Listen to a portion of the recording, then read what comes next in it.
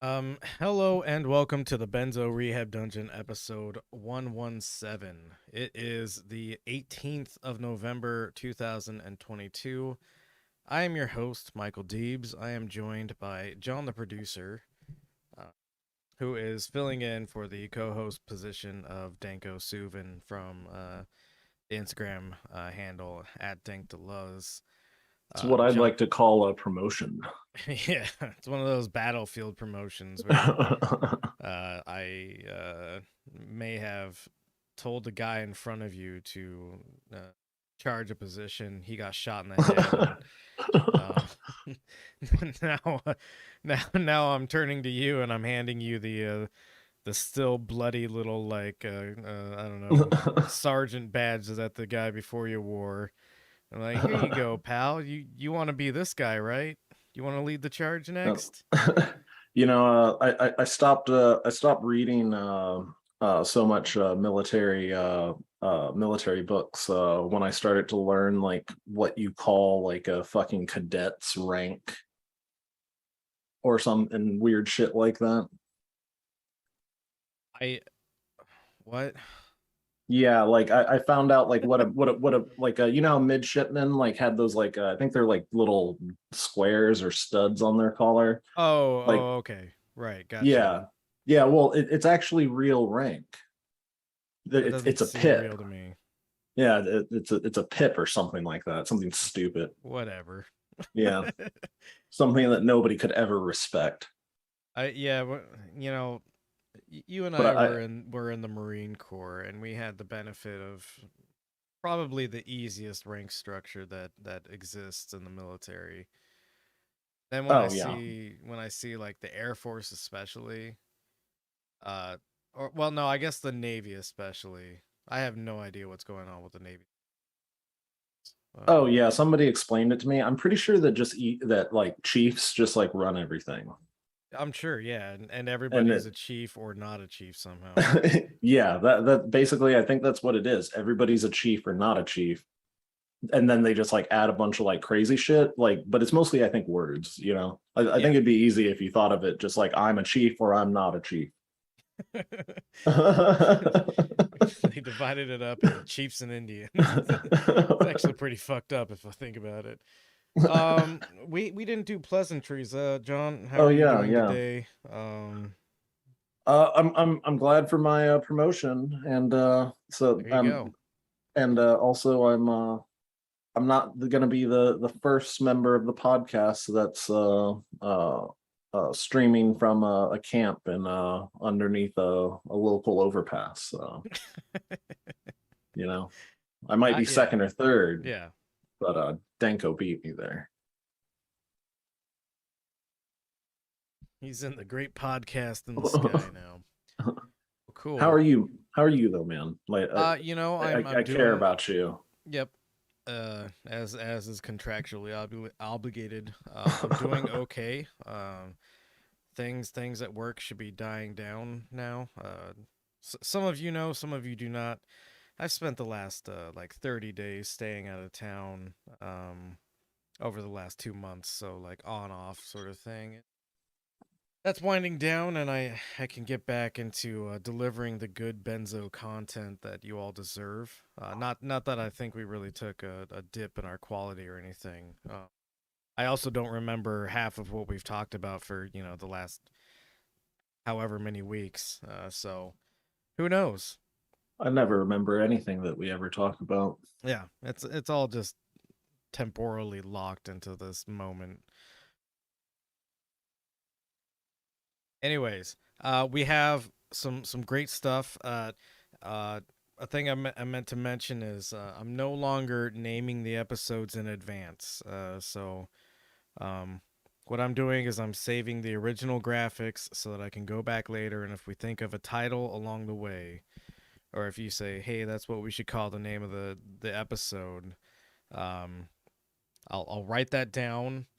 And if any of the viewers, which I don't even know if we have any, um, but if any of the viewers have suggestions for the title of the episode, throw it out there.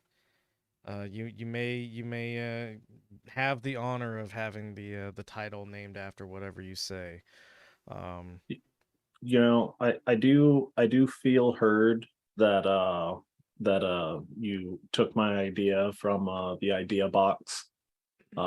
However, I'm very offended that you changed my proposition from naming them in advance to naming them in the future by me. oh, okay. Well, Yeah. I mean, it's a pretty medium alteration to what your ask was. Um, we'll feel it out. We'll see how it goes. It may be that we don't think of anything clever for a title while we're talking about stuff, and I mean, that we're I've not very clever. yeah, neither of us is clever in any way whatsoever. Um, but I just wanted to throw that out there. So what I'll do, the thumbnail for the YouTube, I'm gonna have to go back through and change that afterwards. I'm gonna have to remake the graphic a little bit, and that's the sacrifice that I'm making.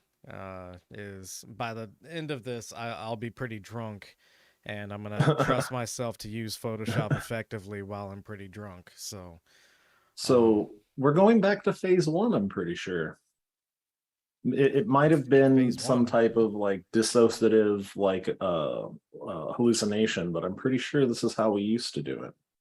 Well, we didn't do live streams, is what it Oh, was. that's what it was. Yeah, yeah. So I was kind of making things after the fact anyways. I was compiling the video to upload it and everything. And while I was doing that, I would also work on the graphic. Um until I realized that sometimes I just didn't have it in me to do that afterwards.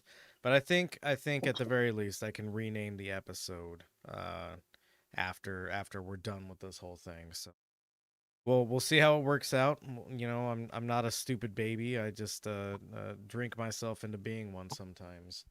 Um, but let's get to the content. We're bringing back an old fan favorite. And John, if you could go to that first link. That's right. Yes. We are back at the Millennium Tower in San Francisco. I actually not too long ago saw this in person. I didn't really like take a whole like trip to it and like stand near it or anything. But as I was crossing the Bay Bridge, I pointed it out to the other occupants of the vehicle, and I said, "That there's the Millennium Tower that I'm always talking about being an absolute clusterfuck." John, this video's playing, but we kind of need to go back to the beginning of it. Oh. Um, I hope that's. Wait a second. Oh, it's probably just You been know what? playing this entire time. Yeah. Go ahead and refresh that because we're on some different news bullshit that we don't care about at all. And now we've got to, fill 30 seconds of ad time. That we're, Yeah. at least it's muted this time. Um, but yeah, no, You know, I saw the. I do try sometimes. Mhm. I saw the Millennium Tower in person, not too long ago, and Is it obvious? well, no, I was gonna say from a distance and due to the sheer scope of the building, it's pretty hard to tell that it's leaning about a foot at the top. Um, but like I, I thought it was I over a foot. I thought it was well, yeah, I mean approaching that's two. what I mean by like about a foot. It's a little bit over a foot. It's like 14, 15 inches or some shit like that now. Um, but yeah, I mean, I, I don't know exactly how they calculate it. Maybe they get like a speed square and they kind of like set it at the bottom of the building, and then they like notice that the speed square doesn't quite make a right angle when when, when they're putting it on all sides of the building. But This isn't about more tilting, but it's about an interesting strategy that they're gonna use moving forward. So, John, go ahead and play this dang video. Oh, wait, turn the sound on. Plans for the troubled Millennium Tower. Homeowners of the luxury high-rise in San Francisco have suffered through years of changes and failed attempts to stop the leaning and sinking. Investigative reporter Jackson Vanderbecken has the exclusive update. Jackson Vanderbecken! Here at the Millennium Tower, there's a flurry of work going on. You can see it behind me. It's designed to stop the building from sinking. Crews are digging along Mission Street. Critical prep work needed to extend the tower's foundation to piles that were sunk down to bedrock. But they're also digging around the corner on Fremont Street, in an area that's been on hold for several months. That's because back in June, during installation of an underground wall on the Fremont Street side, engineers detected the high-rise was leaning nearly 3 more inches since the start of the year. God damn. So they proposed a new strategy. Stop digging there and prop up the tower at the northwest corner away from the lean before crews return to that wall on the Fremont Street side. But we have learned that the elaborate plan to prop up the building at the corner has been scrapped. And as you can see by that rig, crews are now back digging along Fremont Street. Monitoring documents sent to the city reflect the strategy shift. Like, Go ahead. Like, they haven't fired the engineer, right? Nope. Ron Hamburger is still on the case. Yeah, if if I did like 600 feet of pipe run, right, and I did it fucking crooked, and that's not even holding anything up, it's just poor quality of work, I'd be fired. For sure. But if you, like, I don't know, were the lead engineer on a building that costs like millions of dollars and is now leaning to such an extent that everybody's kind of concerned about, like, if you don't do something about it, it might fall over and kill lots of people. Now you can keep your job in that case. And if this thing doesn't get fixed quick enough for the chief inspector's bribe to run out, probably when his like last kid fucking graduates college, it's done then. Yeah, he's gonna condemn this building when that bribe runs out. Yeah, well, I mean, as he should. Yeah. So to kind of translate what's being said in this video, there was an original plan to drive a bunch of piles down to bedrock because San Francisco notoriously is basically on kind of like a muddy clay sort of foundation. If you do your research into it, San Francisco itself is actually kind of sinking because they keep building all these giant fucking buildings on this foundation that's not really made for giant fucking buildings. New York is this pretty similar situation as well. And maybe, you know, we should stop taking these like seaside towns and building really heavy things upon them. Because as much as faith as you have in the ground underneath your feet, it turns out that the ground does have like a structural limit to what you're like supposed to put on it. So the original plan was to drive a bunch of piles down to bedrock. This is stuff we've covered on previous episodes. The thing they should have done the first time. Yeah, what they should have done before it was built, but since it is built and you have all that load on the ground, essentially, you know, it's load bearing ground that they're now having to like do retroactive work to. The tower started sinking more, so they're like, oh, let's take a break on that and let's shore up the side that it's sinking on. But now they decided, nah, fuck it, we're gonna power through, we're gonna drill down to bedrock like we initially planned. And so that's where we are in the story now. Is instead of doing the right fix, they've decided to go with the speedy fix, which you know, you and I have enough years in construction experience that we know that that's typically a bad idea. Yeah, it'll save like one person's career maybe because they can you know, wash their hands of it and walk away, but at some point, you know, like you get such extreme structural problems from doing a quick fix instead of the right fix. That yeah, you've got like a giant shitty fucking building on your hands now. Yeah, like so like where I live, other than the heart of the city, is like every major city built on fucking like hopes and sand. Right. But outside of the downtown area, and then for hundreds of miles surrounding it, it's very quickly you get to like giant slabs of rock. Yeah. So it's kind of easy to build things, and we don't even have crazy skyscrapers. But if I dig down more than 2 feet within 3 feet of a built structure or a built thing, a road, a house, a skyscraper, I have to fill my hole in like fucking with concrete and fucking shoring and stuff like that. Yeah, because and we'll see actually if we just play the video, but there's a geological technician, the same guy that always comments on this. I believe his name is Robert Pike, and I really wish I didn't know all these people's names like this anymore. But every week I search the Millennium Tower to make sure that that there's no new updates, and that's how I find these things all the time. I actually have a Google alert for it, but I don't use the email that I set the Google alert up for, so that's not helping me. I'm just obsessed with this building.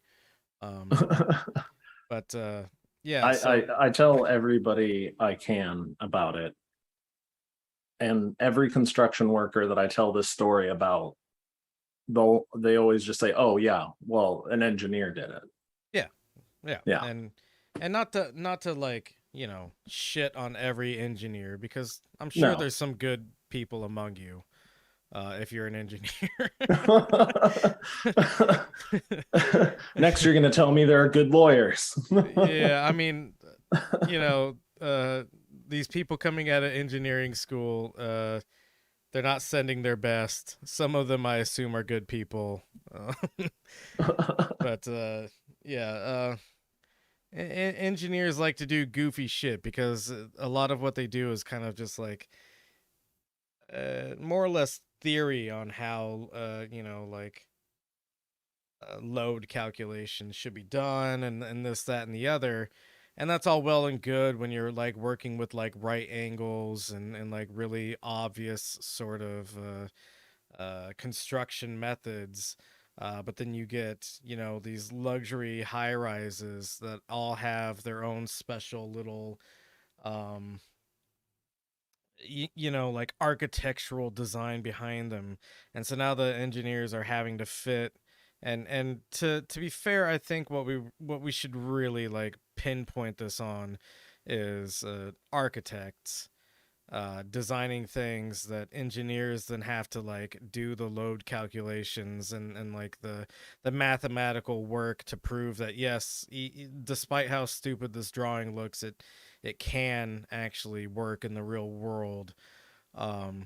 But I think engineers should also like at some point put their foot down and say, no, this is dumb as shit. And then in the case of the architect is one part of the problem. The engineer that does things like the foundation, come up with a new method. A new method is one thing, Yeah. but also just the architect is only designing the above ground outside, for the most part, building, right?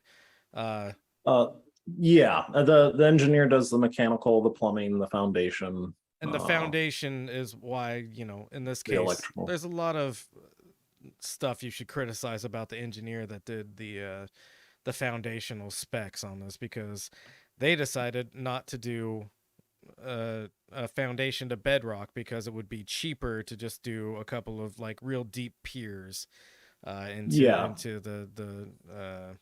the Old Bay clay is what they call it. So they created a problem that doesn't exist. Like that, Yeah, that's a problem that I have with engineers. Like not saying don't come up with something new, but for sure. like don't create a problem that's been solved. Yeah, and when you have like a clear solution, like, well, the best way to do a foundation, if you want the building to truly be a good building, is to go down to bedrock. Just stick with that. Yeah. You, like, Build things on solid surfaces. there's biblical stories about this kind of shit. But go ahead and play more of the video. All right. One that fixed designer Ron Hamburger told This us guy. came after crews installed a test pile along Fremont Street last month without noticeable impact. Resumption of shoring wall work on Fremont Street is intended to move the project towards an earlier conclusion, according to the original schedule, Hamburger told us in a statement. Hamburger said there will be constant oversight and no work will be done without his say-so. While Millennium officials say a review panel signed off on scrap. That's literally how all construction projects work. Yeah. The engineer says so, and then you do it. That's how it works. Yeah. So like, I mean, they're really trying to capitalize on the general public not knowing how construction projects work in general.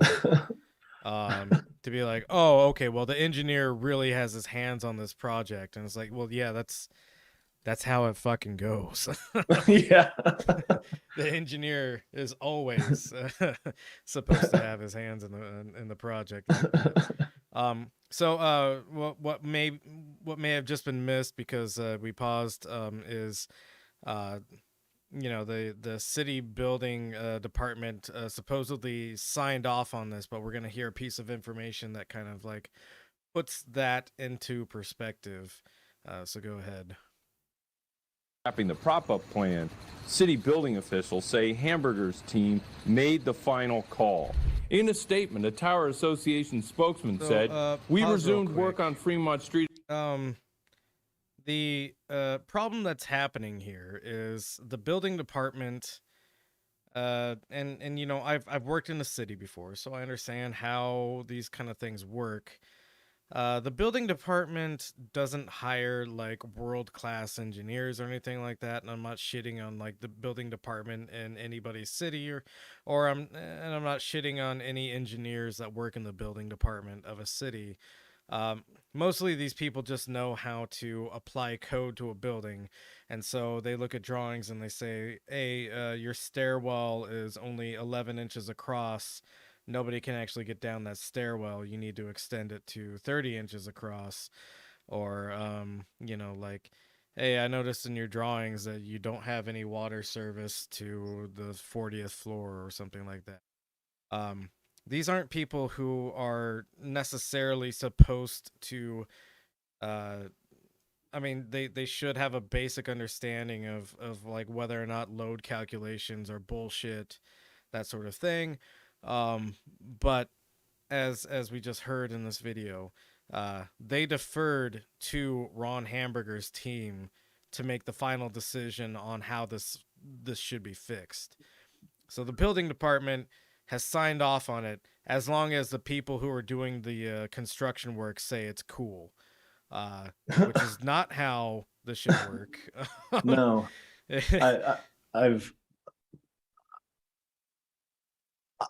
I've never seen a city or county engineer just defer to the engineer with a permit to fuck up. Right, and that's why I'm not necessarily shitting on, you know, city building officials or anything like that. I think what happens in these cases is everybody's out of their depth, and at a certain point, you know, the city building engineer is gonna say, you know, council's pressuring me to have some kind of solution for this, and I'm going to defer to the company. But you know, that's also how they kind of like cover their own asses. Well, I only gave approval based on what the company doing the construction told me. Yeah, it's not a great way to run anything. Is basically the point I wanted to make. Yeah, and the city and county engineer guys or chief inspectors. They're sometimes engineers. They're not necessarily solution guys, No, absolutely not. and Yeah. it's not actually their job. Yeah, because this is a building that was made with private money and private investments, and it serves private stakeholders. So it should be the private sector that comes up with a solution for this. All the interested hands in this should be the ones making a solution to it.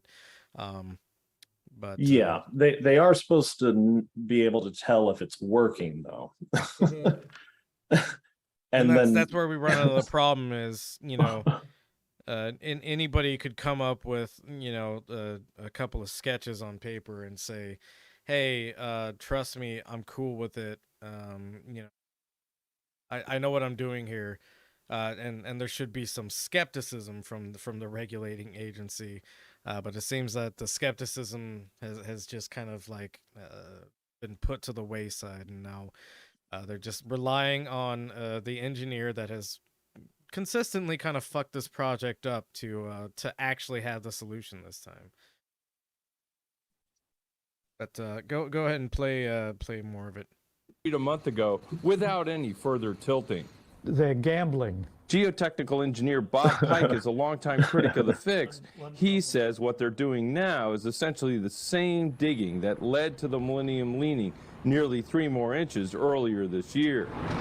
Pike says the soil they're removing is buttressing the tower's foundation against more tilting. Although tilting data is holding steady so far, Pike is skeptical that will continue, given the project's troubled track record. And they simply don't understand geotechnical issues, which is why they've had one problem after another. The Tower Homeowners Association has alerted residents to the revised strategy and the goal to hasten completion, while warning them to expect a new round of jackhammering as crews continue to dig and extend the foundation out to support piles that have already been sunk deep into the ground. Jackson Vanderbecken, NBC. Bay Area News. Jackson has been tracking this story from day one. Millennium Tower, still a bad project. Imagine living in that fucking thing. I mean, I don't feel bad for any of these people because they're all probably rich. That's how you get a home, or rather a condo in that building. But could you imagine like actually trying to live in that fucking thing? And God. It's tilting. Like I don't even like when I feel a soft spot in the floor in my apartment. Imagine like your apartment is leaning over a foot, and also your apartment is like what, like 1,200 feet tall. So, yeah. So like obviously none of the construction contractors, like the ones where the owner's a multi-millionaire, he must not live in this building, or he moved out before his neighbors could ask him about if any of this is going to work, like extending a foundation onto an already built foundation. Yeah. I mean so that's the thing is, a lot of these places, and I don't know like the actual occupancy statistics for the Millennium Tower, but some other research I've done on a paper that I'm like writing slowly but surely, and it was due a long time ago, but I think that due date's been extended because it's just not fucking ready yet. But a lot of these luxury high rises, it's all just kind of a speculative investment by the people who own it, or who buy condos in it. So it's probable that most or a lot of the Millennium Tower is actually just empty space that somebody's holding on to because they think that it's going to increase in value later on, which you really fucked up on this investment, I guess. But, like, because like we have high rises in the city, and I've like done service work in some of them. Sure. But like like there's some buildings where it's like, oh yeah, the tenants like move in and out, and these are rich people, you know, they like spent fucking $15,000 a month on this like apartment, you know. And then there's also other high rises where and these aren't mega high rises by any means, but other high rises where like I'm talking to a customer and he's like, oh yeah, no, I like part of the deal that I got because my company did the metal work on this building was I got this condo, and it's like a 98-year-old man, you know, like he built the building fucking 60 years ago. Right. And he's living in it. So it's like, oh, okay, well, it must not be too bad. No, if he trusts it, it's probably fine. But go yeah, ahead and no, go to the. Oh, sorry. just this building's just an empty shell. Probably. Yeah. So an important news item that I feel people need to be aware of. Iran going through some things right now. We talked about it earlier. There was a young woman who was killed by police in Iran, essentially for not covering up as she was supposed to. Really dubious how she ended up dying, and so this sparked a wave of protests. And no matter what anybody says about these protests, no, it's not a CIA operation that people are mad because somebody died. There is such a thing as the state just exercising violence and people being upset at that violence. Which No, is what people love happened it. in Iran. People love it. Yeah, people love it when the cops like kill a person that you liked in your community. So anyways, a bunch of protests rose up, and you know, because Iran is no different than any other state in the world, it has a police force, and the police force imprisoned a shit ton of people. What ended up being reported on from very, very dubious sources, and then all sorts of famous people. And again, this is another, you know, indictment against Twitter. People like Justin Trudeau retweeted it, and so you know this got way more attention than it deserved because it's not a real story. But the story was that 15,000 people in Iran were essentially going to be condemned to death for protesting in these demonstrations.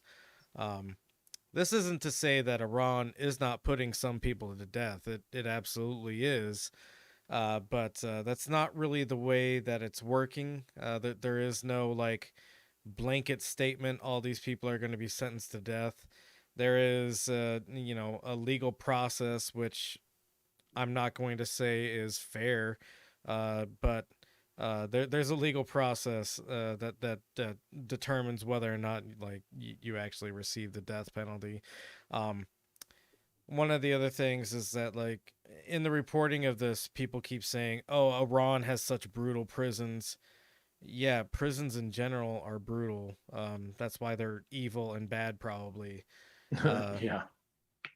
And regardless of whatever you're arrested for or imprisoned for, wherever you're arrested or imprisoned is not going to be a good time.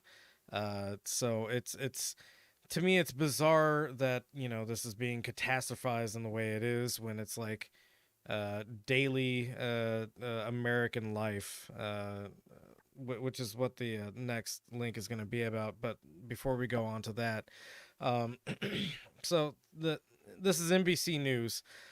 False claim about Iran protester executions goes viral with help from celebrities and politicians. Viola Davis and Justin Trudeau are among the people who shared a viral mistruth about sorry. Iranian protests in the last few days. It goes without saying that, of course, there's been a brutal crackdown on these protests. and Iranian prisons aren't like nice. No prisons are nice, as I was talking about before. But uh, a lot of people have had to retract their statements on this. And the problem is that this is something that kind of like arose virally out of Twitter. And as we've talked about before, Twitter is not a place where you should be getting any kind of information whatsoever. But it's bizarre because a lot of news agencies rely on it. And so a lot of news agencies initially reported that this information that has come out of Twitter is legitimate information and we should trust it. And then politicians, because they have to like, you know, it's like a cascading effect from the news. The news media has to be the first to report on something, whether or not their reporting is legitimate or truthful. They can always take that back in later. It doesn't matter if they take it back in later because they've already spread a message that's false for like way too long.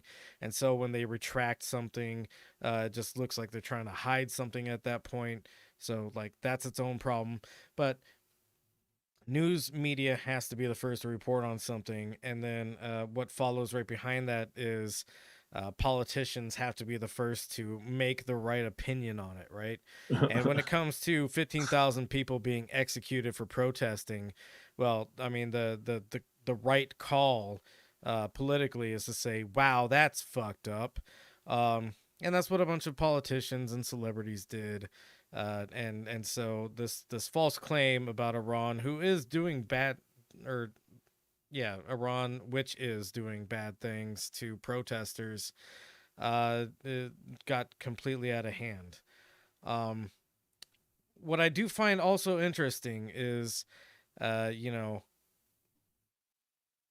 not to lessen what's happening to protesters in Iran, but people are super worried because a couple of hundred protesters have died during these protests or died during imprisonment.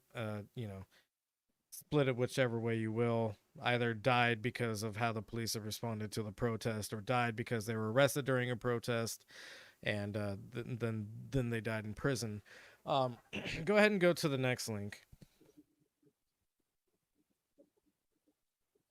And this is also an NBC News article, and I just kind of wanted to pair these together because the headline is "Hundreds of prison and jail deaths go uncounted by the federal government," report finds. So when politicians, especially in the United States, are trying to dramatize what's going on in Iran,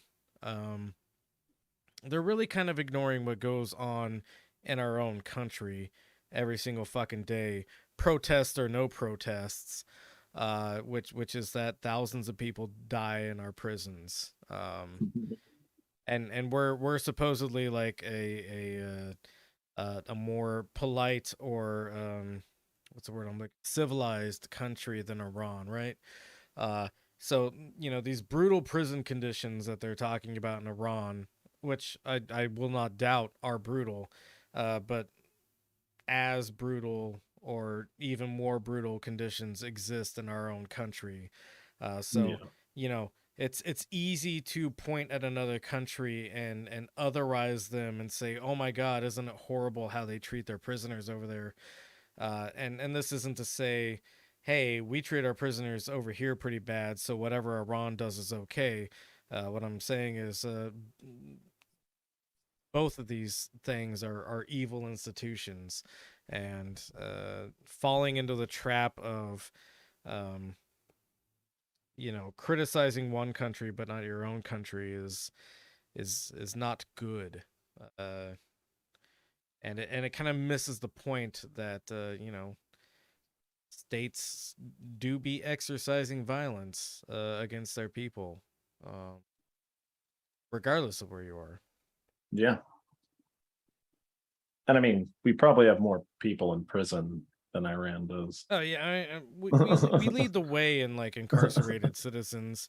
I think it's even at a per capita basis now. You know, And America's population actually isn't that like significant compared to a lot of other countries in the world. We have like 350 million people in the country, I think now. Lots of countries with way more people in them, and occupying a smaller amount of space as well. Still have way less people incarcerated than we do. And have way less prison deaths than we do, even though these are the countries that we are so easy to or so ready to write off as being like third world countries or whatever. Yeah. So we don't really need to go into the article here.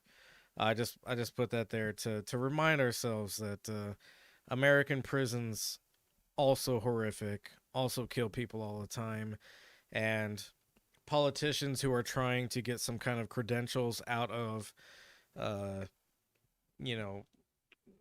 decrying what's going on in Iran are really overlooking a lot of what happened in 2020, where our police forces brutalized people who were asking for, basic equal treatment between white people and black people in America.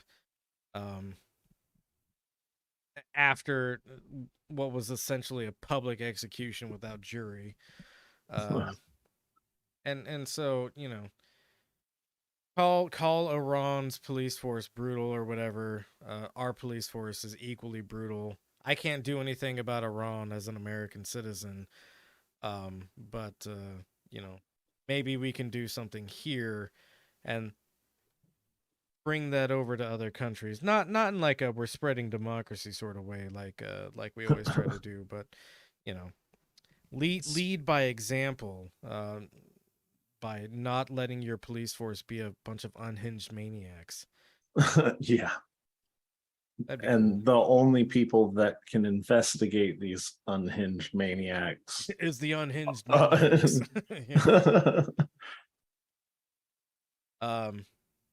So our next subject, which is going to be the majority of this episode, is NEOM.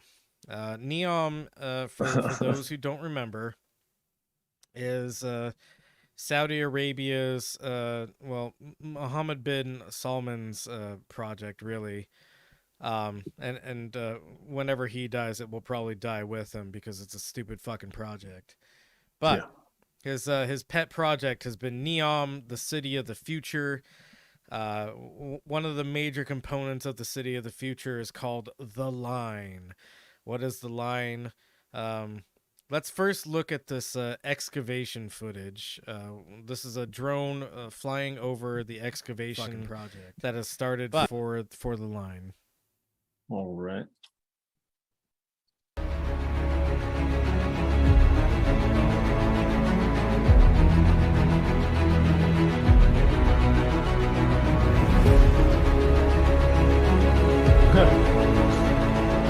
Those trucks are empty.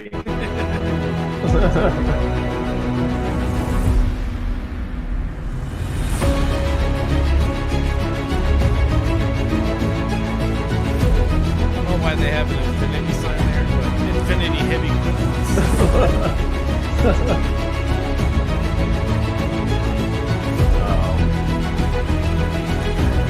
Sure are pushing some dirt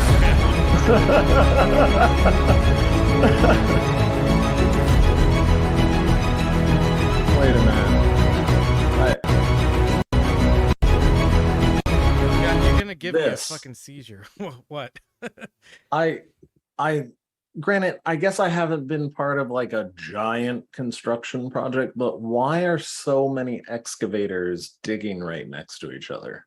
Oh, because they've all got to like, I don't know, clear out like 3 or 4 football fields of dirt right next to each other. I don't know either. I don't really care. I don't think this is real, is what we're gonna eventually talk about. But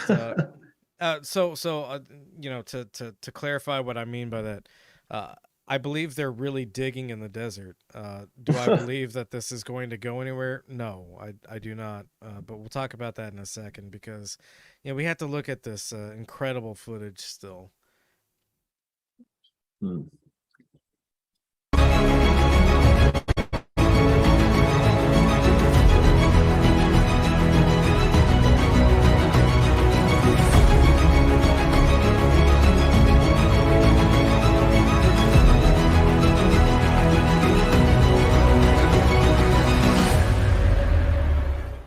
I built this see-through wall with Get that How dare fucking you. guy off my screen. Go to the next link.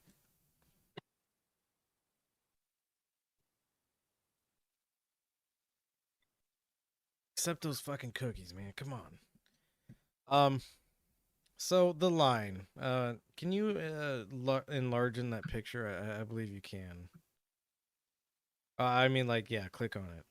So, what is the line? The line is going to be two parallel buildings that run for, I believe, 170 kilometers.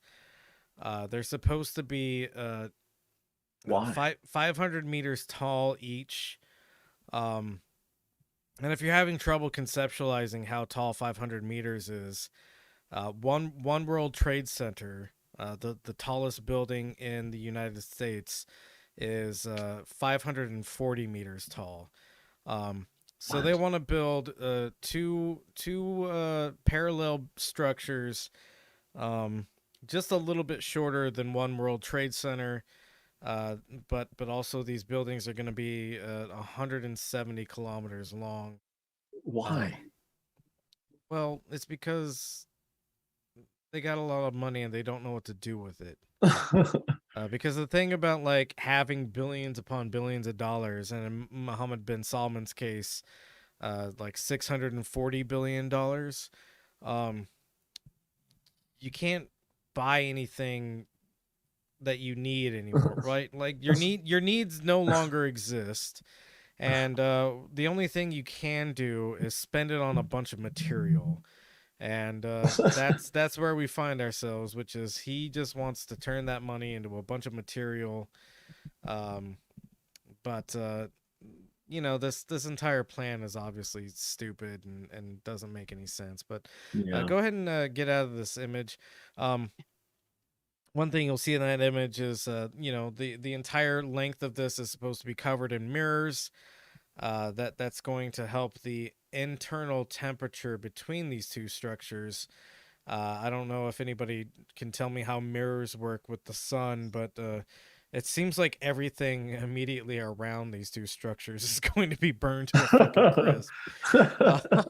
It's just gonna be on fire. Yeah. So go ahead and scroll down just a little bit. So you know, the line rethinks our urban life. You know, there's going to be nothing but like public transport that carries you back and forth through the line. It's going to be 170 kilometers long, so I don't know if they're going to have like convenience stores every couple of kilometers or whatever. But I don't think they've really planned a whole lot of this out, anyways. I can't wait till there's homeless people like in the building. Mhm. Like people who lost their home in the building now like live on the roads in the building Right. Yeah. or the park in the building. So some interesting things here from this little article we're reading. The line is an enormous linear megastructure with mirrored cladding that is planned for a 170-kilometer stretch across the Saudi Arabian desert. If built as Kadami claims it will be, it could house 9 million people. At 500 meters tall and 200 meters wide, it will form a key part of NEOM, a renewable energy powered region under development across Saudi Arabia, Jordan, and Egypt. Renewable energy is a very interesting thing to say there. As you might have seen in the video that was showing all of the cool stuff happening with the excavators, those are all diesel powered and therefore spewing CO2 into the atmosphere for this giant vanity project that's never actually going to happen. Go ahead and scroll down a little bit. So the director added that this linear layout will serve as a remedy for the many issues faced by modern cities, such as car hegemony, air pollution, and urban sprawl. So we're gonna fix urban sprawl by making a giant single line that extends through like 170 kilometers. So there's gonna be hellish traffic at the base layer of this like building, or wherever Well, the fucking no, it's going to be walkable, and if you need to go further than you can walk, then there's going to be public like monorail systems that take you wherever you're going to go. None of this is going to happen, so it doesn't really matter. No, We can discuss the specifics.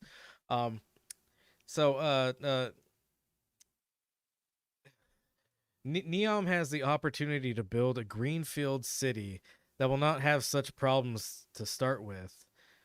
Talking about the urban sprawl and air pollution and all that. The line will have no cars, no pollution, and will provide access to people and services in ways previously unimaginable. The line is also committed to being a net zero carbon city. I mean, they must be thinking about like net zero when it actually starts operating, but I don't even see how that's possible. Because right now it is very much a net positive I mean, carbon city. Will 9 million people all collected together? Will their shit produce greenhouse gases? Well, that's something that needs to be thought about, I think, because what are you gonna do with all that waste? What we see in projects like the Burj Khalifa is they eventually truck the waste out of the Burj Khalifa. Because there's no like sewer system. Burj Khalifa is in Dubai, right? Am I getting that wrong? I think so. Yeah, I don't know why I just had a memory loss there, but the Burj Khalifa has to have its shit trucked out to other places where they can handle the wastewater. Well, it also doesn't. What? It doesn't have a septic system, or it's not connected to like utility sewage. Well, yeah, it's not connected to utility sewage because none of Dubai has utility sewage. Oh, that's right. Yeah. Yeah, because it's like in the middle of the desert and they don't know what to do with it. So, well, this solved the problem. See, it goes from the middle of the desert. Yeah, and then it extends out into the ocean. Into this very concentrated area of the ocean, which is what we like to call in the business pollution.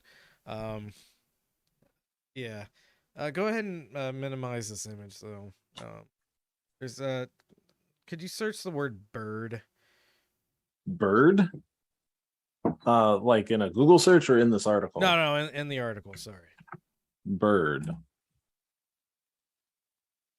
There are 9. All right. So, nature corridors to be built into design. Oldfield also shared concerns over the structure's impact on biodiversity, but Kadami said efforts to protect local wildlife are also key to the linear city's design.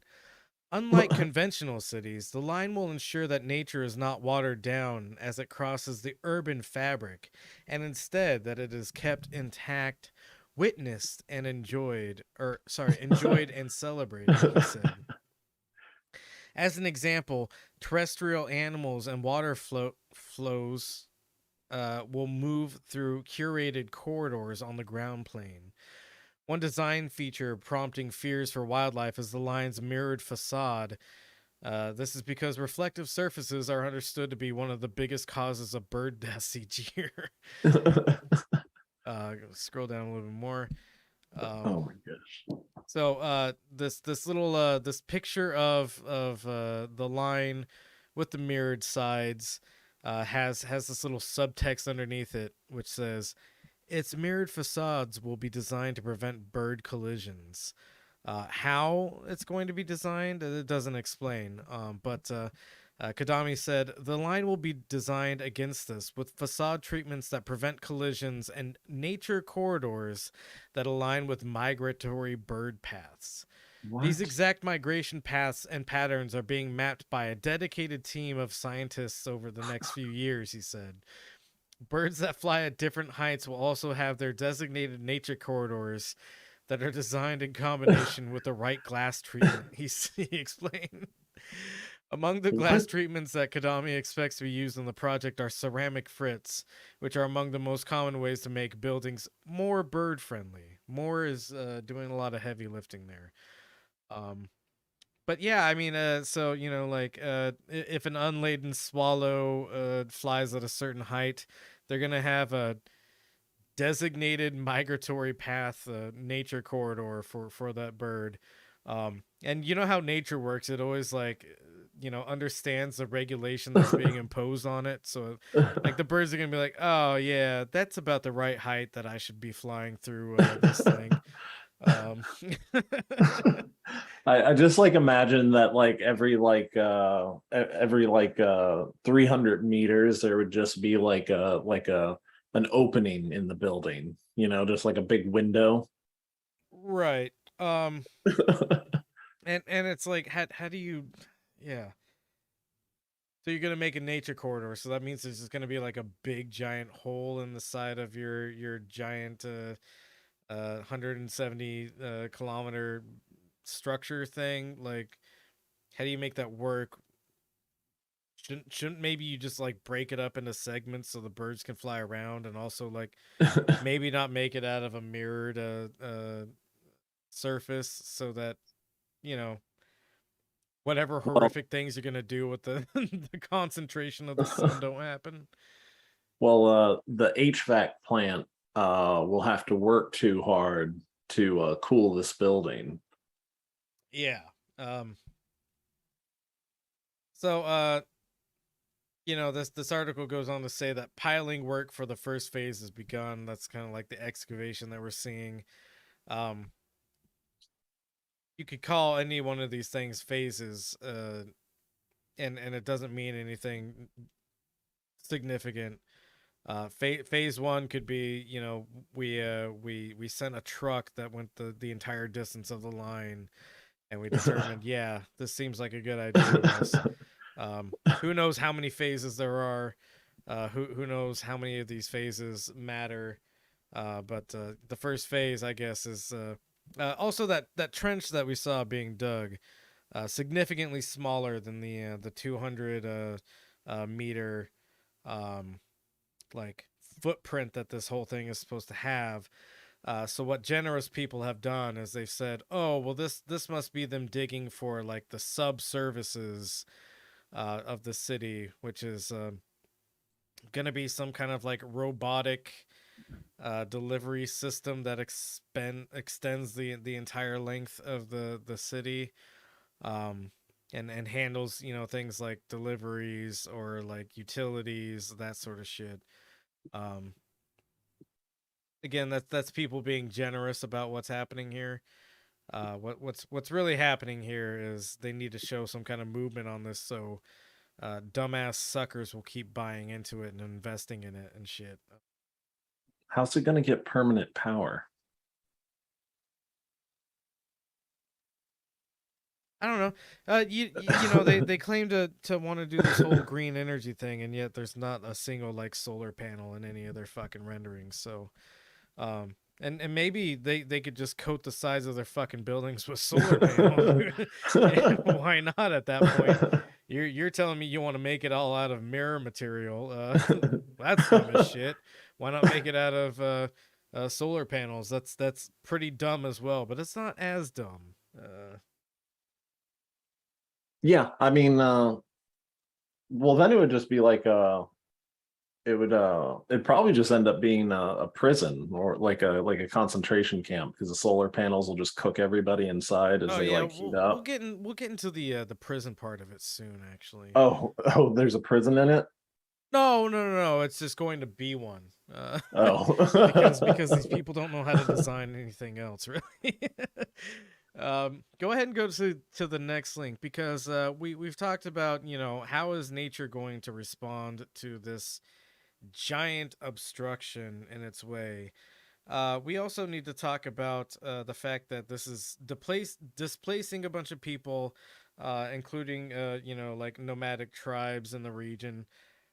But in particular, a couple of people have been sentenced to death over not wanting to, give up their space for this dumbass project. Um, so this article from the Middle East Eye, NEOM, Saudi tribesman sentenced to death over mega project protest, was tortured.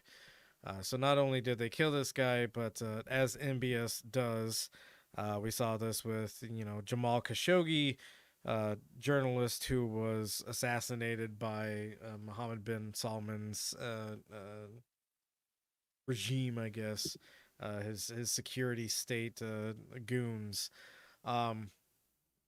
So I believe this gentleman's name is pronounced Shadli al-Huwaiti. Was force-fed in prison after a hunger strike months before he was handed the death penalty. So this is the guy who protested the line because, this is going to affect a bunch of people. It's displacing a bunch of people. Stupid project. Lots of reasons to protest it. But I believe his reasons for protesting it was because of, the damage it's going to do to the people who inhabit this region, and also the wildlife that inhabits the region. But they tortured and killed this guy. So, or maybe they haven't killed him yet. No, they're talking about him in the past tense. I believe. So, not great. Oh, okay, yeah. So he his name is Shadli al-Huwaiti, and he was arrested in 2020 for opposing the forcible eviction of the Hawaitat tribe. So I assume his last name has something to do with him belonging to this tribe. He went on a hunger strike to protest his ill treatment in prison, including being placed in solitary confinement. Mind you, let's also put this in the context of what we were talking about with Iran, which is that Iran, we have all these politicians opposing Iran for their brutal treatment of prisoners. Well, America itself also does horrible things to prisoners all the time. But we are extremely buddy with Saudi Arabia, who does horrible things to its prisoners. So there is no like moral correlative there. It's all just kind of being made up as the oil sees fit. And they give people the death penalty after evicting them. Yeah, which is fucked up. Which is also something Canada kind of does now, by the way. Maybe we'll talk about that in the future. But so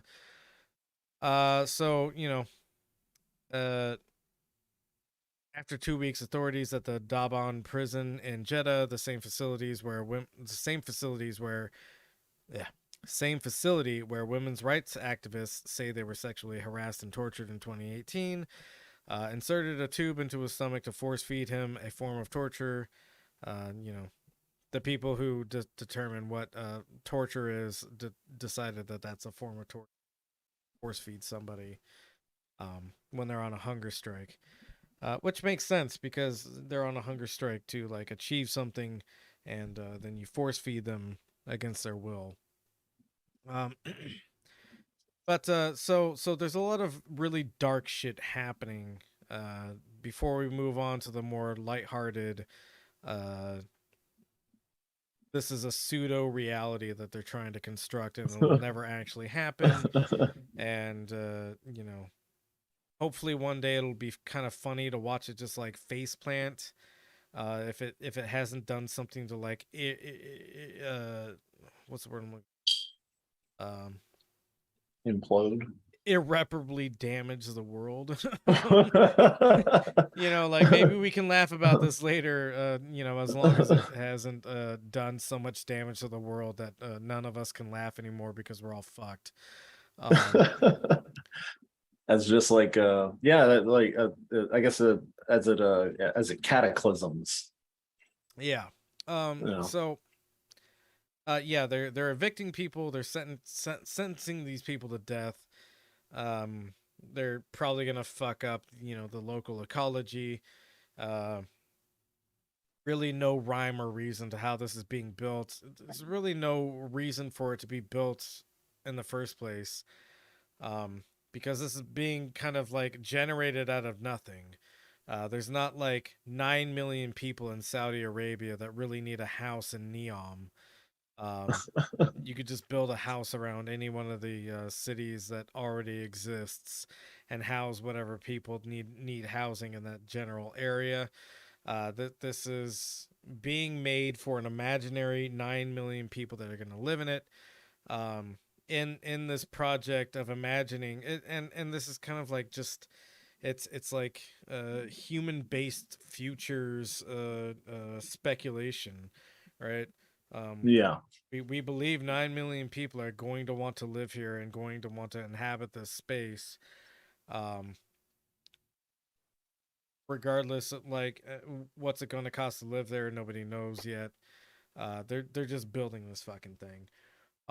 And in this futures speculation of how people are going to want to like interact with this or live inside this thing, they're killing actual real people that exist. And yeah, really fucked up. And these people don't know what they're doing either, because I mean, like what was it, the 70s? Like they thought that people would want to live in Tucson. Yeah, right. And you drive through Tucson now, and it's the most miserable place you've ever fucking seen. Yeah. I've driven through Tucson a couple of times. It fucking sucks. I always think that when I'm driving through, and I'm like, man, what a shitty place to be. Yeah, it is terrible. There's like a fucking like, I don't know, stone grinding plant like off the side of the freeway. I always notice that. It's just like, I don't know what it's doing, but I see a bunch of rocks on a conveyor belt, and it just seems to be like making dust and misery. Tucson is like a terrible neighborhood in LA, and then they just kept building more of that terrible neighborhood. Yeah. So let's get to the funner stuff about NEOM, which is the next link. So this Bloomberg article, which is funny because Bloomberg is normally like on the billionaire's side, right? Bloomberg famously carries the name of Michael Bloomberg, a billionaire. But go ahead and scroll down a little bit.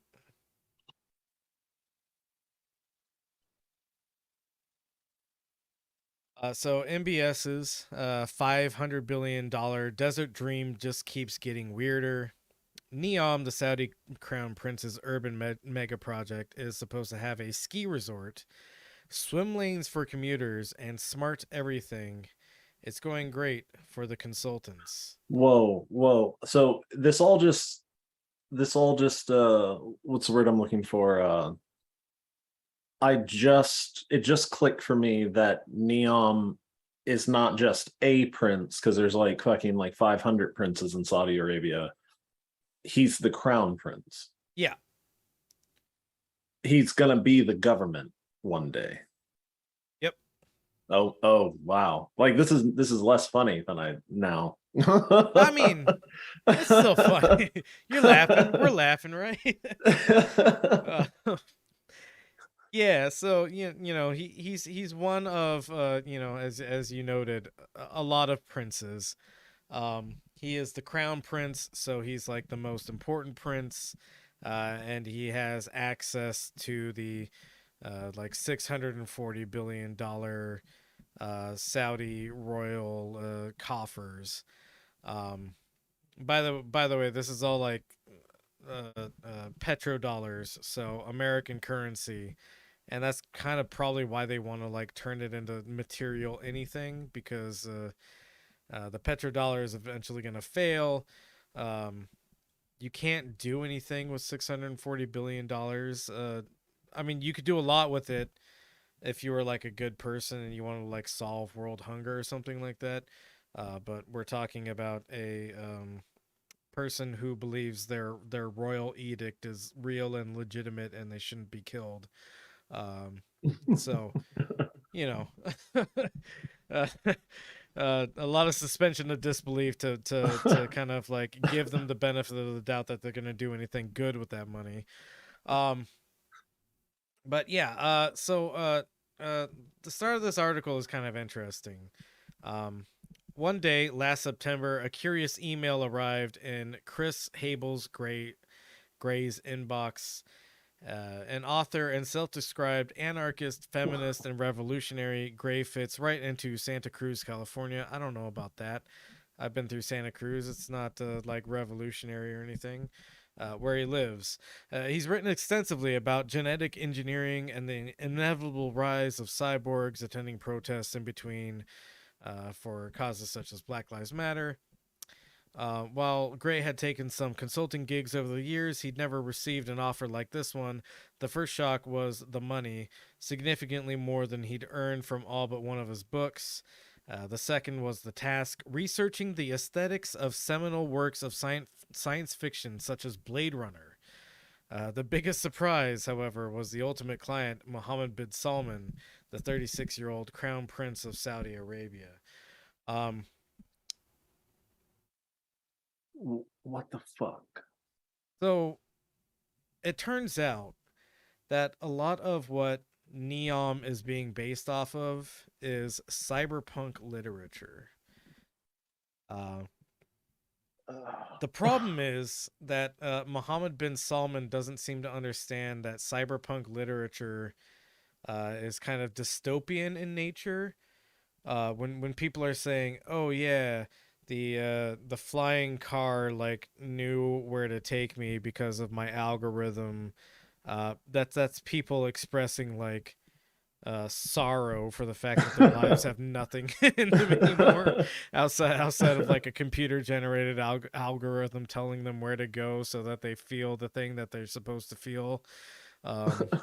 And then like that's like the best case scenario of cyberpunk fiction is I feel hollow inside because the computer is just telling me what to do and how to feel, and I'm avoiding any real experiences because the algorithm has perfected itself in my life.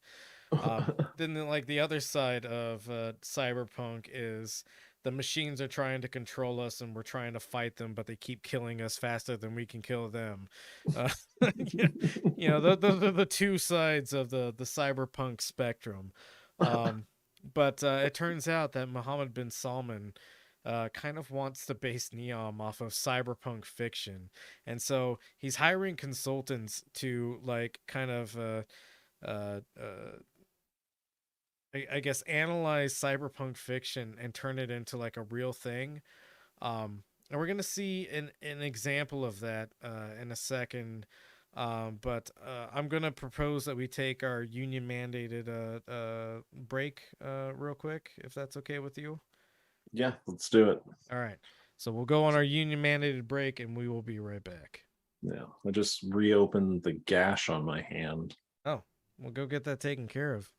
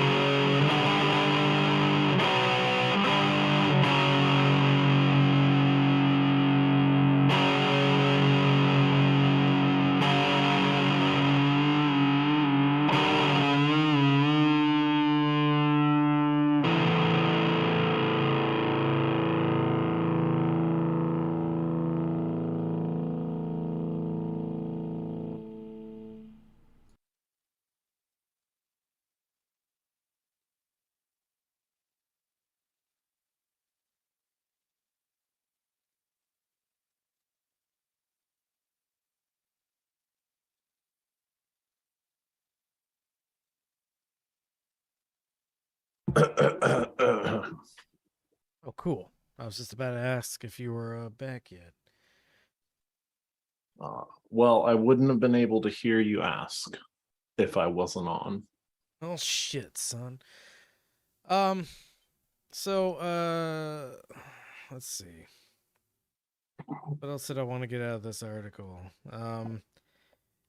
We don't have to look it up, but this article notes that the project has been beset by setbacks. A lot of setbacks in the project. It hasn't started. Yeah, I mean that's one of the things about setbacks is you have to like have made some kind of forward progress. Really dubious to say that digging a trench in the desert is really progress. You can dig a ditch in the desert, but like no foundations are really being poured. They did build a scroll down a little bit. I think somewhere in here you can see the we're gonna talk about this region as well. Because these mountains that you can see, go back up actually to that image. These mountains that you can see here, they're planning on turning into a ski resort. Let me know if you see any problems with their plan to turn that into a ski resort. I mean, one, there's absolutely no snow. Oh, okay, yeah, that would probably be like Yeah. issue number one, right? Yeah. But go ahead and keep scrolling down. We'll talk about that in a second. Don't worry. Although I think China did that. Granted, Oh it's yeah, only we're gonna talk about that as well. it's you're only a hitting ski all the resort. I think it's So only, actually scroll back up just a little bit. That's a fun quote. We were hanging buildings on the side of cliffs and we didn't even know the geology. They're talking about like how they're like planning some parts of the entire, because NEOM is a couple of places, right? It's the line, which is the building that we kind of been primarily talking about. It's also Oxagon, which is for no reason that anybody can determine, going to be like a seaport sort of area that is mostly built on the water and is like partially just submerged and like using flotation devices in order to keep it like in place. what the fuck? Yeah, it doesn't really make a whole lot of sense, but you know they're talking. So this quote is about Trojena, sorry, which is going to be their ski resort, and they're talking about how like, yeah, when we're doing like the mock-ups for these, we're just like photoshopping buildings on the faces of cliffs, and we don't even know like if these buildings are like even capable of being built into these cliffs or whatever. But keep scrolling down.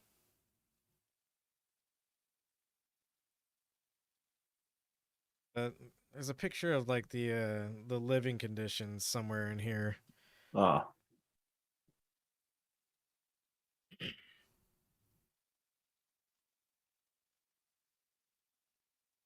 Oh, here we go. Yeah, so these are the actual like current living conditions of like the workforce there, I guess.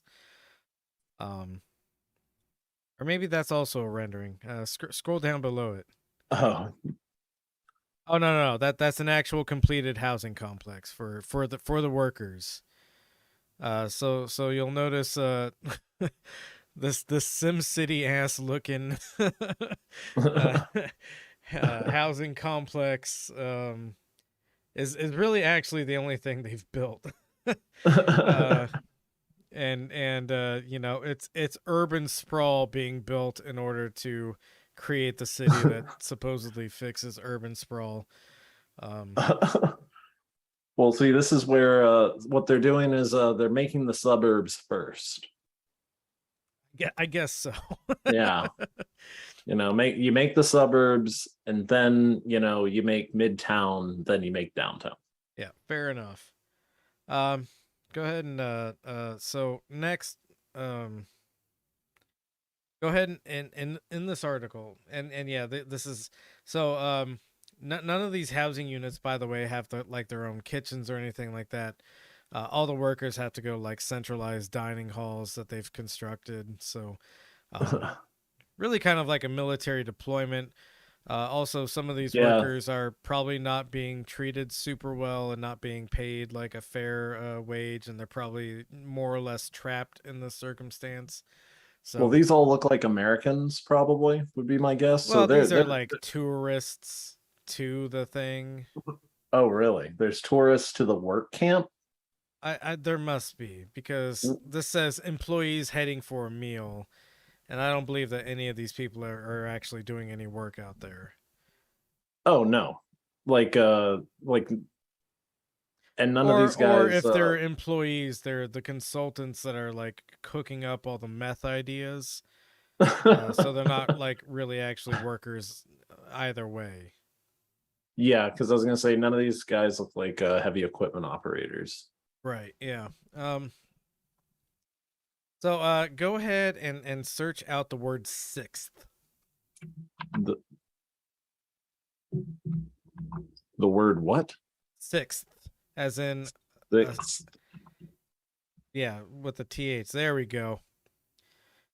So scroll up just a little bit. NEOM's marketing is everywhere. One poster in an office building instructs employees to embody a champion mindset, emphasized with inspirational quotations from MBS and Nelson Mandela. That's an amazing pairing.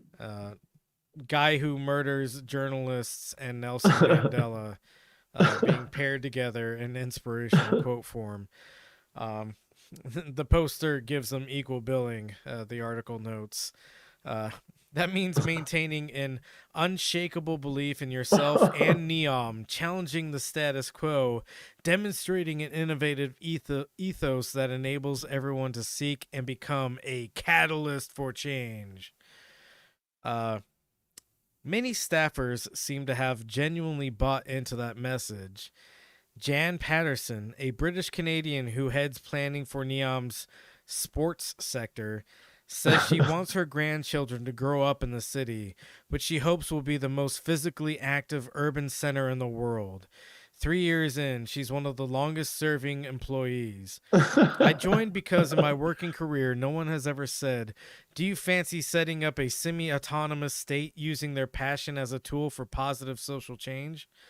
That's because literally nobody says that in conversation ever. In my working career, no one has ever said, "Do you want a semi-autonomous state using your passion as a tool for positive social change?"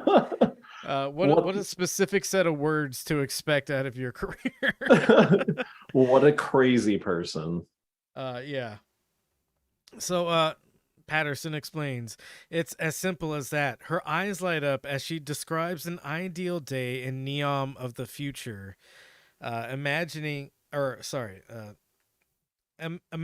a sixth grader, she says. When he wakes up, his home will scan his metabolism. Because he had too much sugar the night before, the refrigerator will suggest porridge instead of the granola bar he wanted.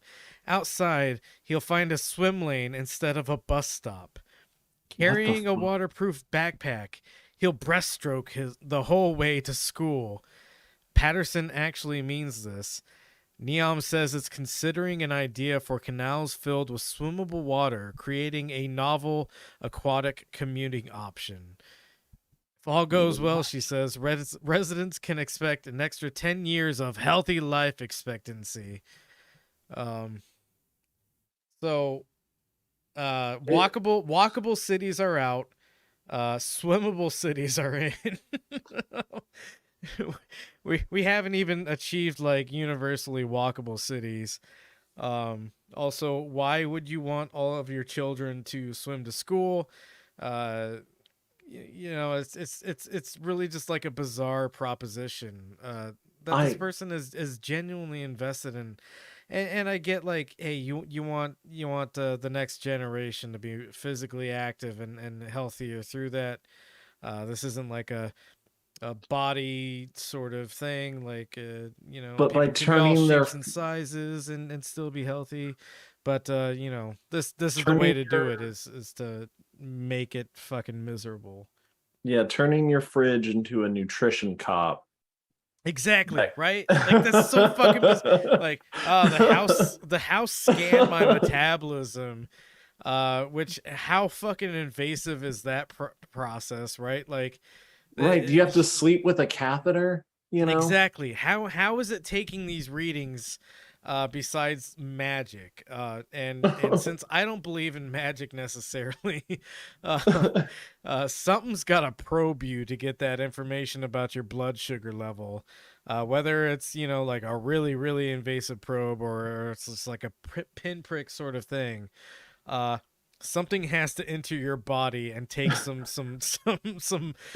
matter out of you in order to discern that you had a little bit too much sugar last night, and aren't you such a naughty little boy? And you wanted a granola bar, now you get your gruel, you motherfucker. Imagine being the worker and you're like installing something into like a housing unit, and you're like, what? Like why do I have all these tubes and like what are these like weird needles and like machines that I'm installing in the walls? Like there's like 10 of these syringe needles in every room of this house, and it's like, oh, that's for all the blood and urine samples that the house is going to just take from people all the time.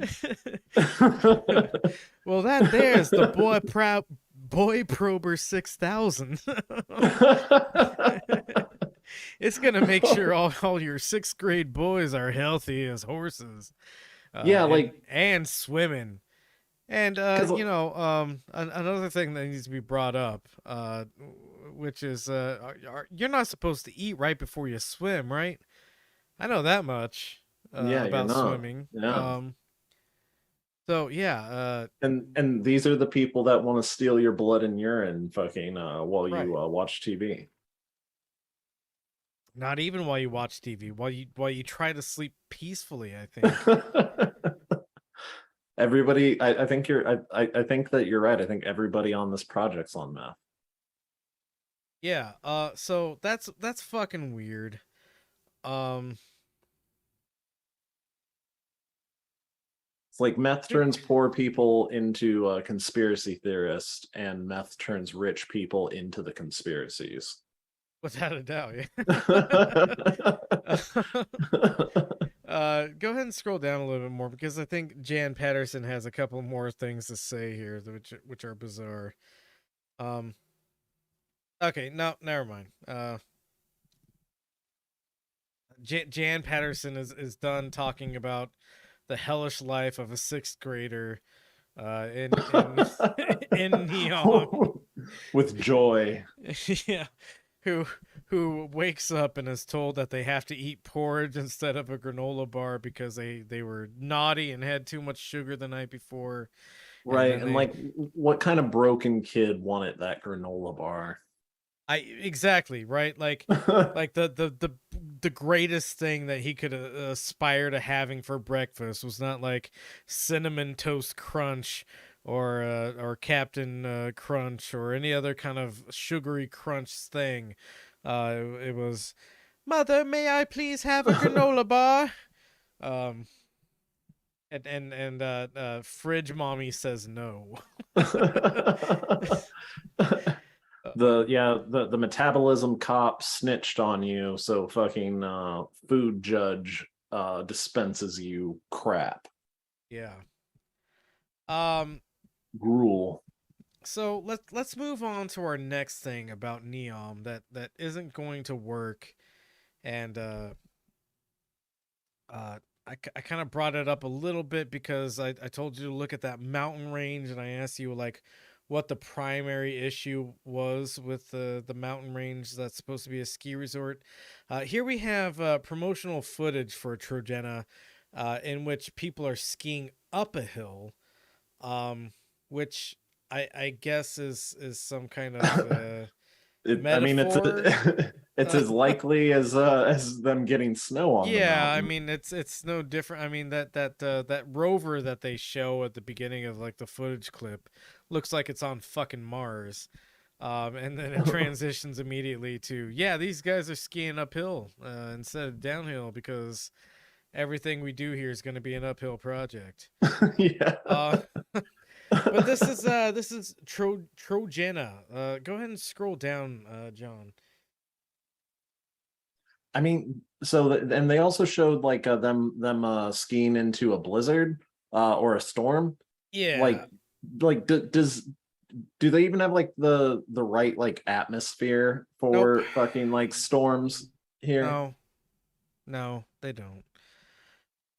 So scroll up just a tad up. Oh. All right.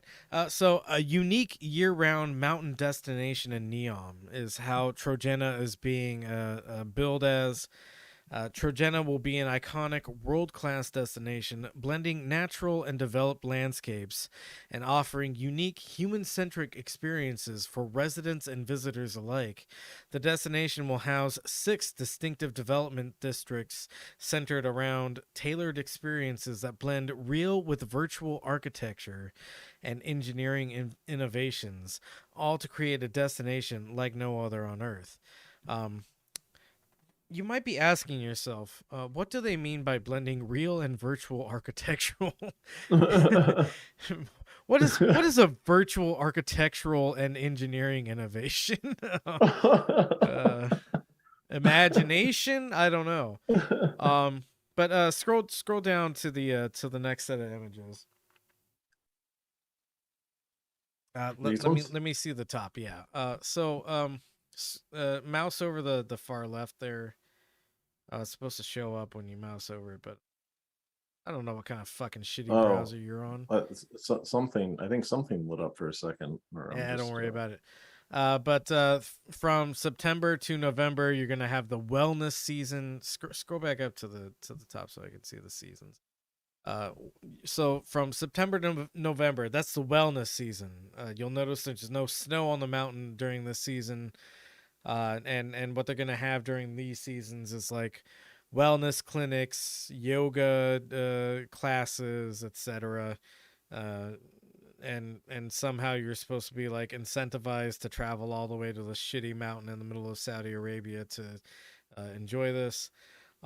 During the winter season, destination rehab clinics, maybe. Yeah, I pretty much is what it seems like. The winter season, December to March, which is when this mountain range is kind of its coldest. But it should be noted that this mountain 0% moisture. Yeah, this mountain range sees a light dusting of snow like once every 5 years. Being generous to how often it gets snow. a very light dusting once every 5 years. So all of this snow is going to have to be generated somehow. And when you mentioned China's Olympics, the Winter Olympics that they had, they were generating all the snow using snow making machines, and that it's incredibly energy intensive in order to make snow. Even in the I want to say it was a resort in the Swiss Alps released like information on how much their like generated snow cost them each year, and it ended up being like 32% of their yearly costs were just in generating snow, and that's in a place that has normal What? snowfall Why were they generating snow? because it doesn't snow enough for people to ski as much as they want.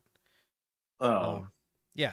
The problem with all winter sports is it requires a shit ton of energy to do the winter sports. I mean, you could do them when they're seasonally appropriate in the areas that they're appropriate for, but because people want to like ski more often than they should actually be able to ski, resorts have to generate snow, even in places where snow actually falls a consistent amount. well, and probably the people to do it, because like before, like I think before like the 40s or 50s, like the only people who did these like sports were like people who skied to travel. Like that's how they got between like towns and villages. Or Right, like yeah. soldiers, like people who had been to World War II. Fucking certain units did these like winter sports, Yeah, or like made these winter sports popular in America.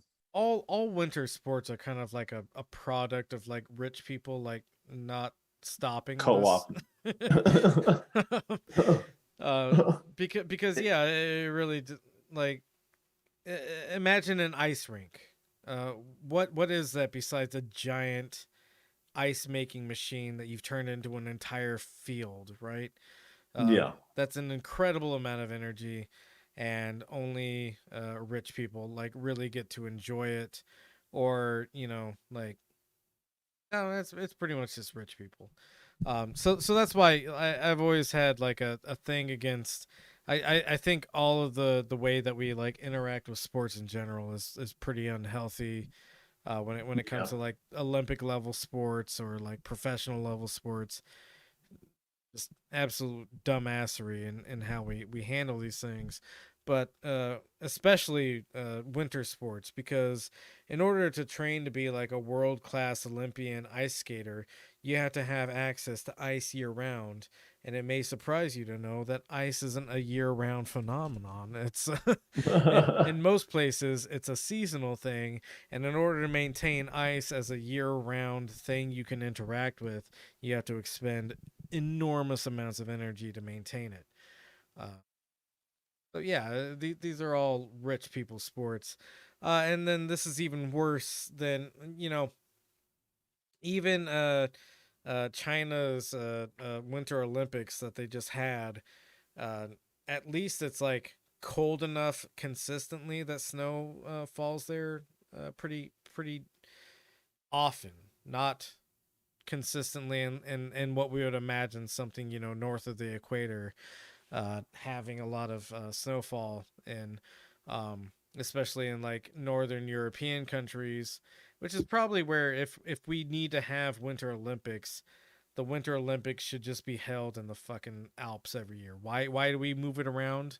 Yeah, I don't know. It Yeah. it doesn't make any sense. It's like, so like because like these countries that it's like, yeah, it's cold. It gets cold there. It's 27 degrees, but it's also a place where it like rains 5 times a fucking Exactly. year. There's no precipitation there.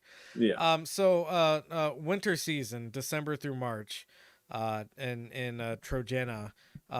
By the way, Saudi Arabia has been nominated for the 2032 Winter Olympics, I think it is. And Trojena is going to be the way that they house the Winter Olympics. Mind you, Trojena doesn't exist yet. It's still just a bunch of digital renderings. The way that they're going to make all this snow has not really been established, but they swear it's going to be with green energy. I think China course. claimed the same thing though, didn't they? Yeah. That's all these countries have to do is say, hey, we're doing it with green energy. And that's not true, of course, because you can't generate enough green energy to like change seasons. That's actually like kind of antithetical to how green energy works. Yeah, you need at least 7 coal plants. Right. And a ton of water that's just being wasted on this stupid vanity project. And actually, yeah, that was probably water that would have been easier to turn potable, because I'm guessing they're not using ocean water and desalinating it to. No, of course not. And no. that was part of the problem with the Beijing Winter Olympics is, this is an area that's been kind of suffering from droughts, and instead of using that water to some useful aim like growing crops, things that people need to survive, the Winter Olympics there were using a shit ton of water to create fake snow.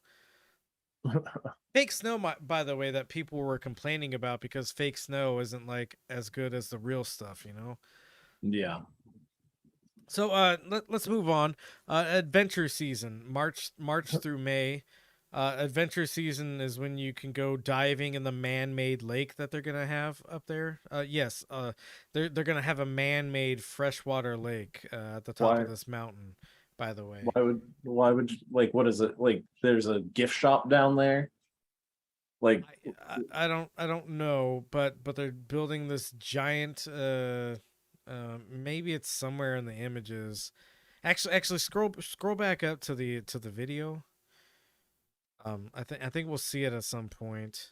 Oh yeah, it's already past. So they launch into space. Oh, there we go. We've got the rover thing again. But I think at some point you see like the face of this man-made lake in this video. Yeah. So yeah, that thing. Go back down to the other images though. So they're gonna build like this weird giant impossible dam that holds all this fresh water that they have to import into the area because there's no like readily available fresh water in the region. Yeah, this thing fucking sucks. But they're gonna have like a cool concert space in front of it, as we see on the far right there. Oh yeah, lake season. Yeah, lake season, which is May through September. For the American tourist. Only one of these seasons is real, by the way. We have wellness season, winter season, that's a real season. Adventure season, not a real season. Lake season, not a real season. Wellness season, of course, not being a real season either. But let's go to the next link. Let's move this along.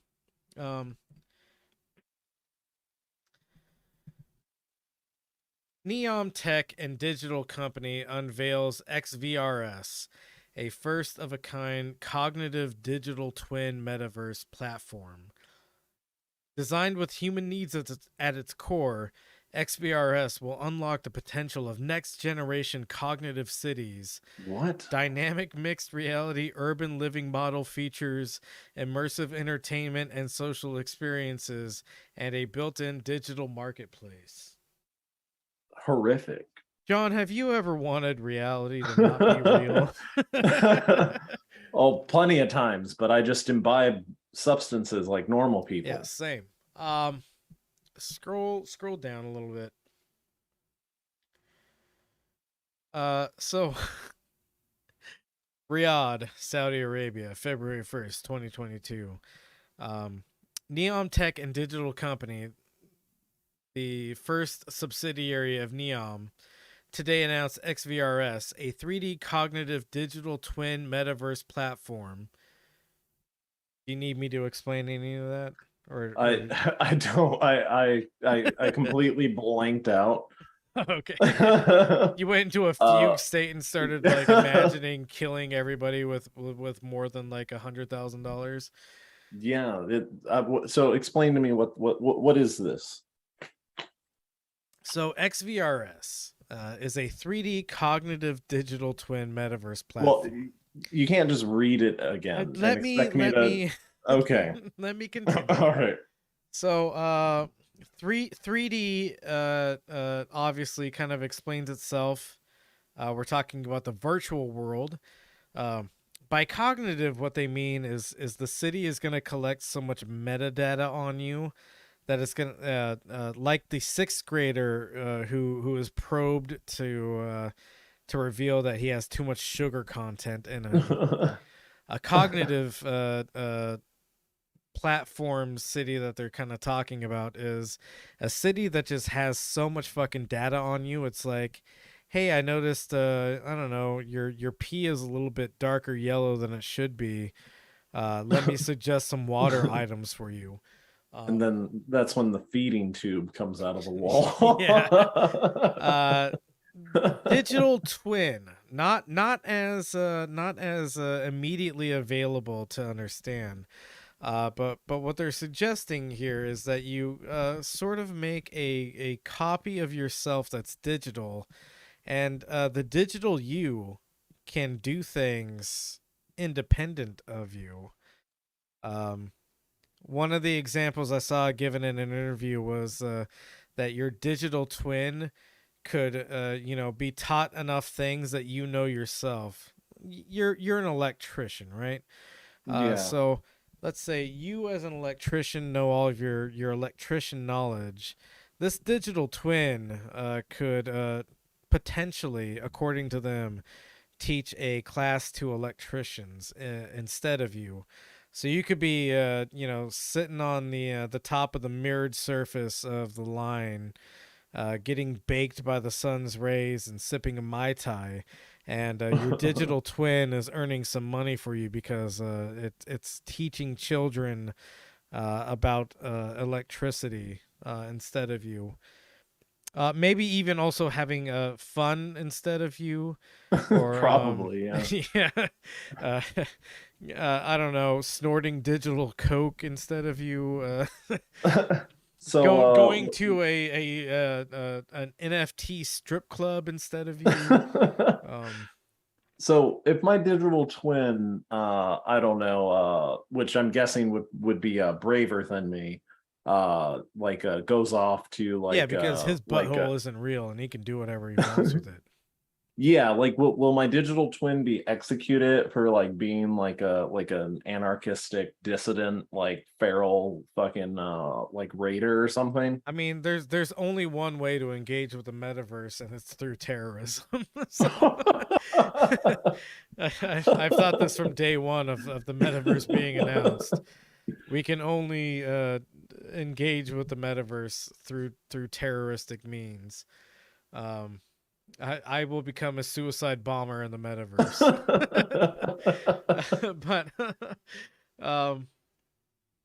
So metaverse platform that also kind of describes itself. Basically, it's just going to be a VR thing that you can interact with.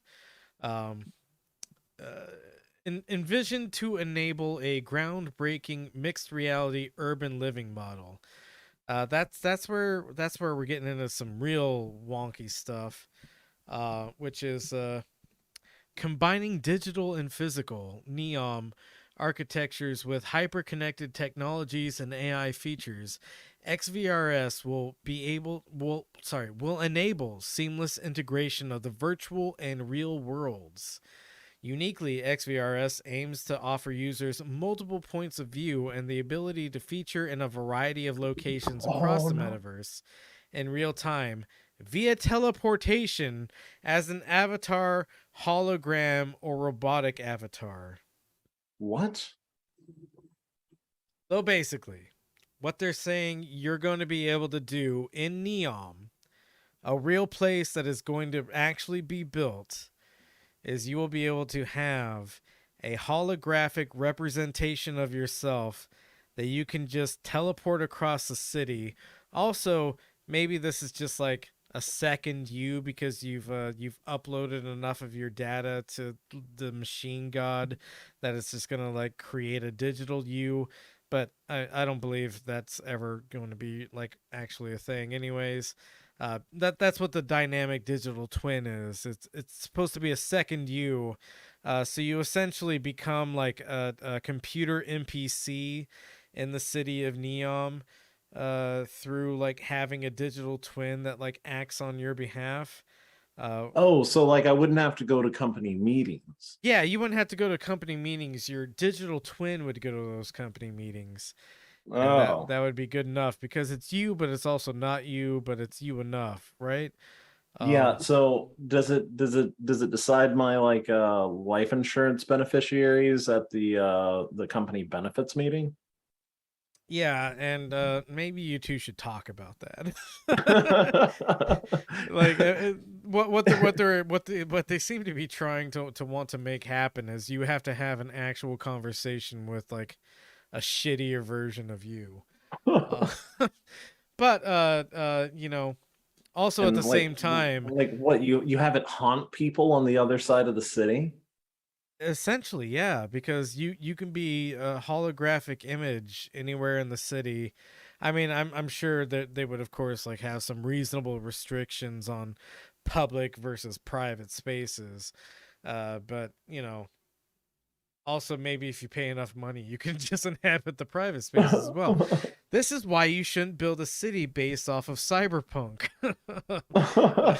Because cyberpunk is horrible, and we made the cyberpunk genre because we don't want to live this way.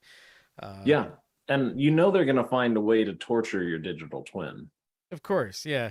And so one day, like you'll hear a knock at the door, and you'll answer the door, and it'll be your digital twin, and like he's gonna have like a black bag over his head, and he's just gonna like fall into your foyer, and then you have to like give him therapy. You have to give your digital twin therapy because he's been fucked up by the feds. Who even knows it? It's all it's insane. So on the right side there's a picture that says "need to know." Go ahead and zoom in on that because there's some troubling things in there. I think you can just click on it. Oh. Yeah. So well, no, yeah, go. Oh. XVRS, what you need to know. First of a kind, cognitive digital twin metaverse platform where the physical truly merges with the virtual to create unique, immersive, mixed reality experiences. For example, you could attend a meeting, just as we were talking about. You could attend a meeting wherever you are, either as a real life robot, an augmented reality avatar, or a hologram. It will look, feel, and sound as if you're actually there. What? 7 core features: gamified experience, built-in exploration and entertainment features. So it's like, you ever wanted to play Assassin's Creed, but like that be your actual life? Now you can, but also don't kill anybody because the lines between virtual and real are being blended here. A digital marketplace, built-in crypto and NFT digital assets platform. Hey, yes, love it. I love living in like a shanty, but the VR headset I'm wearing turns it into like a luxury apartment. Right? It's just gonna be this like giant like 2 long concrete huts. Yeah. Where people are just have VR headsets on. So another interesting thing that they say here is instant language translation built into the experience. Here's a problem with things like the concept of instant language translation. Are you aware that sometimes languages like have a different order of operations and how they like describe something? Like, Yeah, and like English is like really weird apparently yeah, compared to English is like actually kind other. of like an outlier to a lot of other languages, and like how you do like the subject, the descriptors, the actions and whatnot. So you can't do actual like instant translation, uh, which I think they really do mean is that as somebody's speaking, it just comes across your VR headset as the thing that they're saying. But the problem is that you can't do that because you have to at least wait a couple of words until a couple of like subject participles etc things are reached. I haven't been to English class in a long time. Uh, I swear I know Well, how to do words though. But what I'm saying well, is like and you there's sometimes have to wait for a sentence to be finished before you can translate it. Please go on. yeah, well, and there's also like how English speaking people write English, and there's also how like we speak English to each other. Like Right. And most English speakers, even though we have a foggy bare concept on the grammar of our own language, we intuitively speak grammatically correct. right. And the other thing is that instant translation kind of assumes that there's like a one-to-one translation of everything. And a lot of what No. language ultimately kind of breaks down to is concepts being described in such a way that the cultures that belong to that language understand the concept you're saying, but that concept might not have like a one-to-one translation between different languages. Yeah, like I think in like a Japanese like there's like four ways to say shut your mouth. It still just translates to shut your mouth, but Yeah, like it's got different. one of them is like what you would how you would talk to a dog. Right. um Underneath real-time translation, immersive mixed reality, enabling simultaneous presence in physical and digital worlds. Uh, Jesus. Social platform, matching profiles of people and fostering interaction. I love it when the algorithm tells me who I should talk to.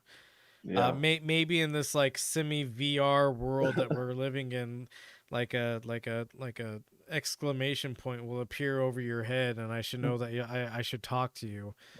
Do, Um, it's like it's like it's like you know what I miss?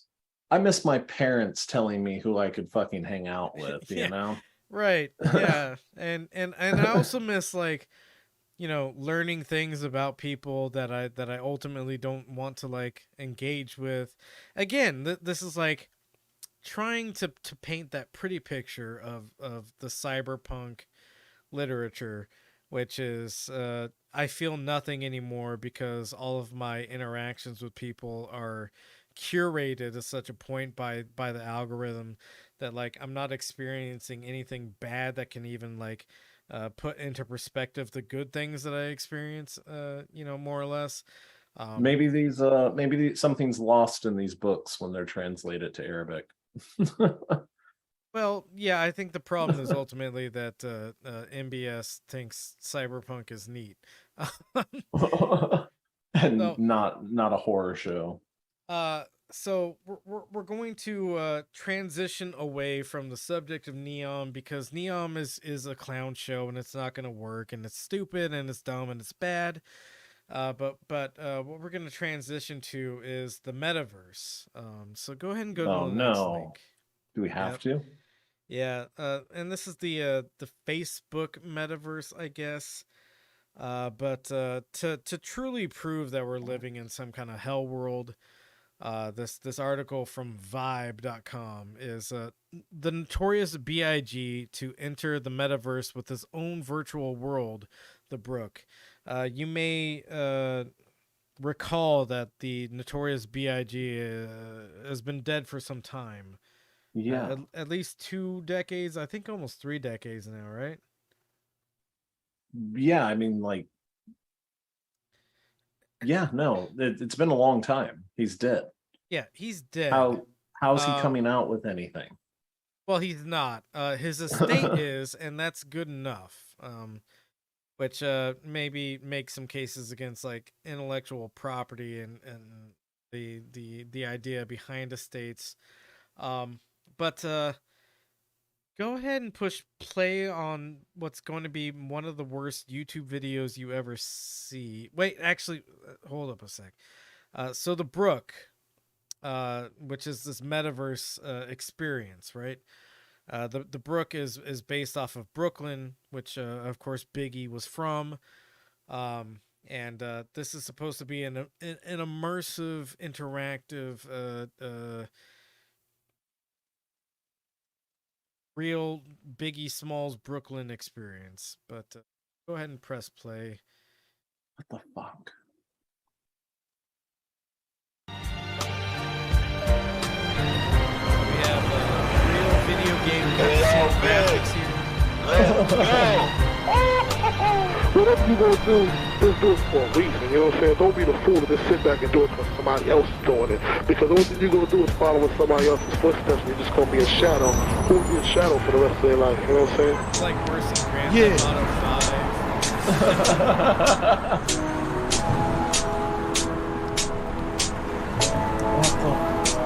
The characters are believable, including Biggie himself.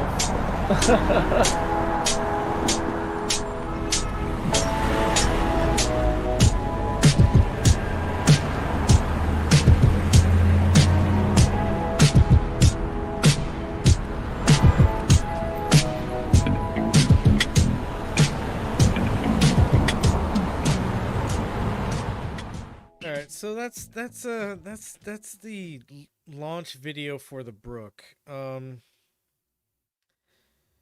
So Biggie's estate has collaborated with Burst Live Incorporated and Surreal Events to create the Brook, which is inspired by the rapper's hometown of Brooklyn and will feature a virtual model of Biggie himself. Set to launch later this year, the Brook will allow users to roam around the virtual neighborhood, purchase real estate, attend concerts, and buy and sell NFTs. What the fuck? Not a real place. So if you buy real estate in the Brook, you're actually retarded. Yeah. None of the concerts are real either. They're basically, you know how there was like the quote unquote hologram of Tupac. That's something we didn't go into enough on the NEOM shit. Is holograms aren't real and they will never be real, because we can't just like bend light to our will the way we want them to be bent to for like holograms to be real. Yeah.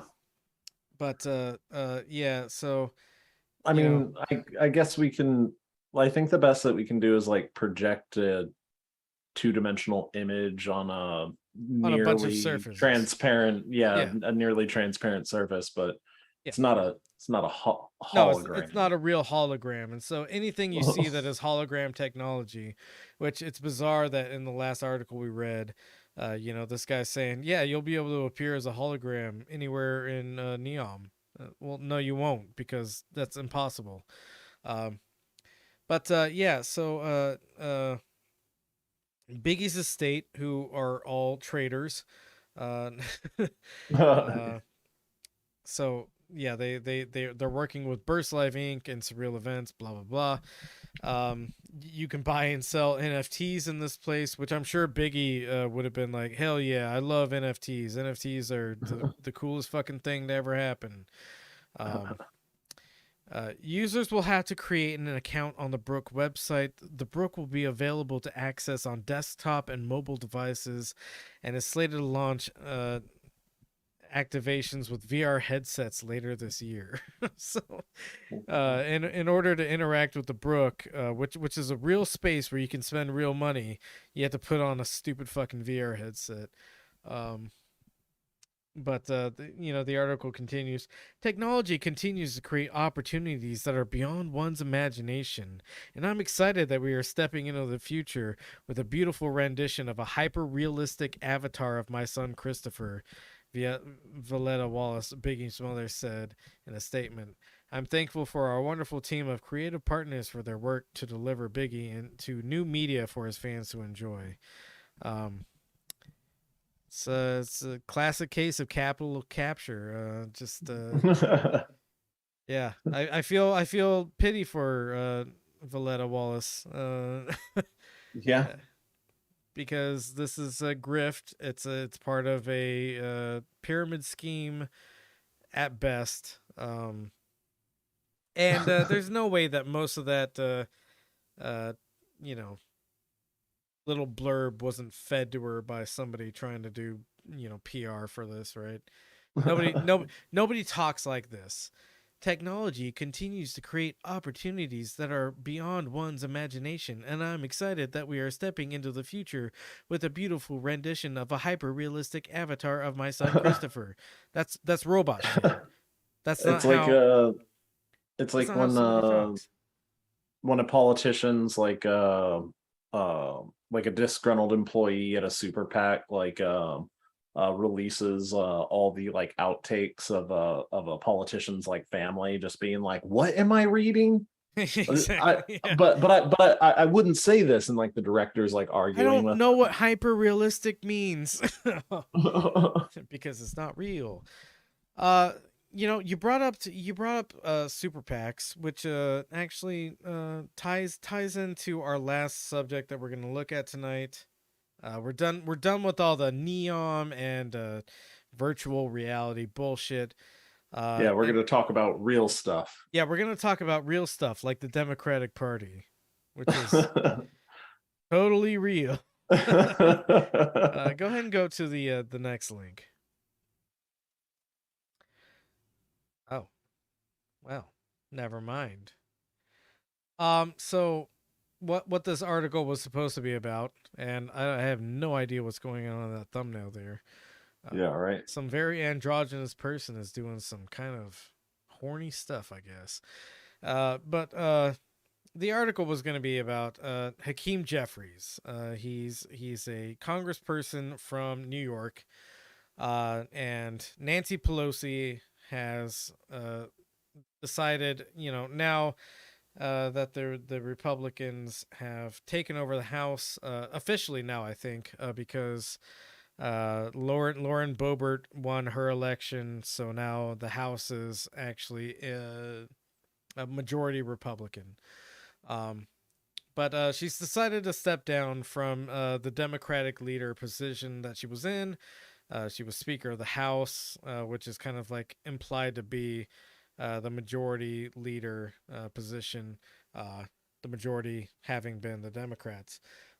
She's decided to step down, and she's essentially given the blessing for a person named Hakeem Jeffries to take her place. Apparently, this has been decided by a lot of politicians in advance.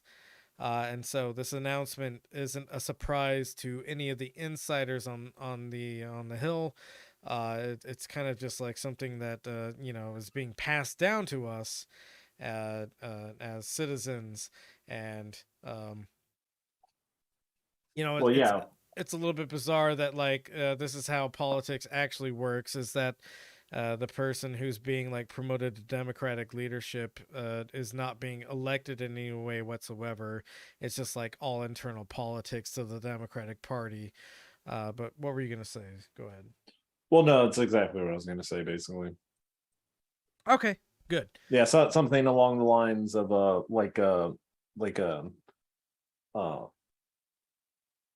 we think that a lot of Americans for whatever reason suffer the delusion that we're actually in control of our government. Yeah, I mean, I keep seeing things about how democracy is under attack, and the problem I have with all these things is we are not in a democracy. And so when all these politicians are saying democracy is under attack, well, yeah, we're not in one, so yeah, give us a real democracy and maybe I'll take it seriously. But what we have is a republic, and we choose representatives, and these representatives just fucking lie to our faces. So there's nothing democratic happening here. Like in the very like foundational rules of how this is supposed to work, and then furthermore you have gerrymandering and voter restriction and all these other things. So it's not even like an actual republic either. It's oligarchy, which we all know.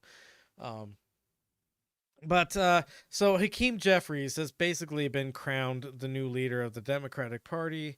And you know, as happy as I am to see Nancy Pelosi hopefully wither away and die quietly far away from politics, she won't. She's still a congressperson. But as happy as I would be to see her just like fade into nothingness, Hakeem Jeffries is probably worse than her. A couple of things about Hakeem Jeffries. Go ahead and go to the next link. He can get up and chase you when he's high on adrenochrome. Yeah, because he's young.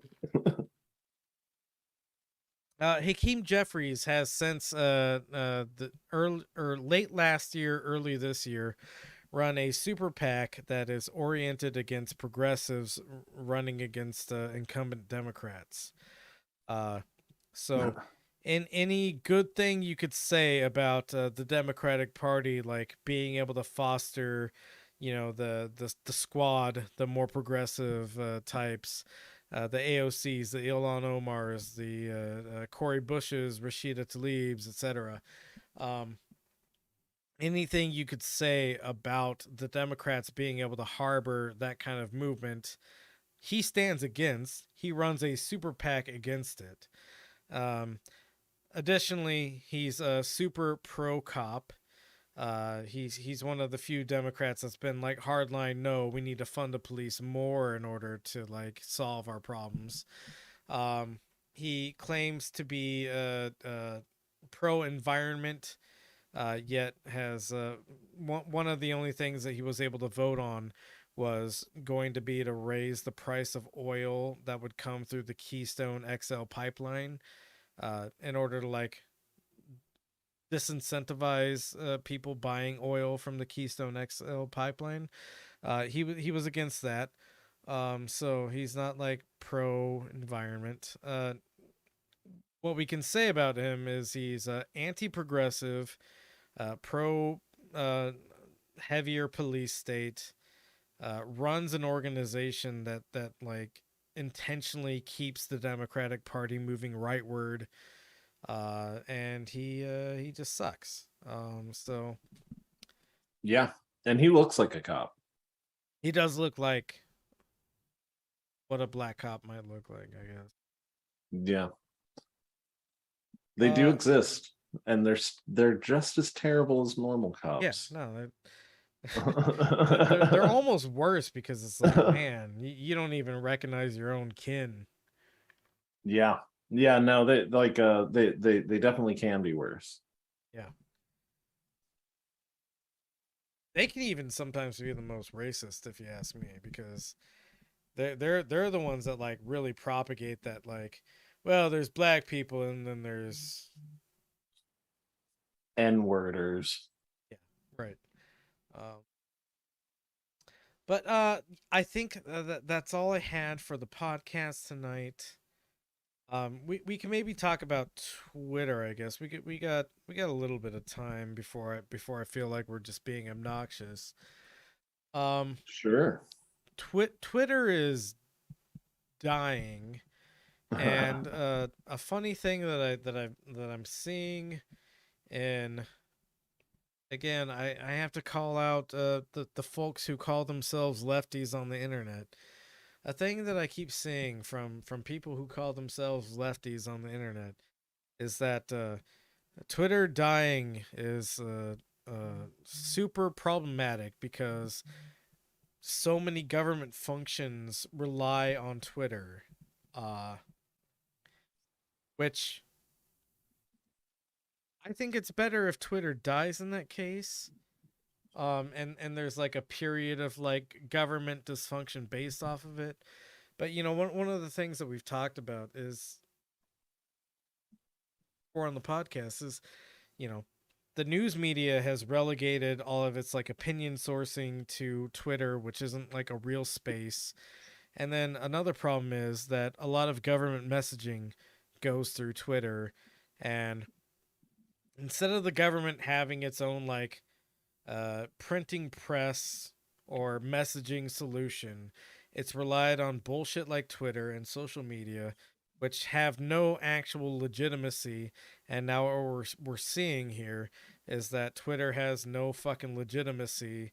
It was just like being maintained to an acceptable degree by the previous operators of Twitter.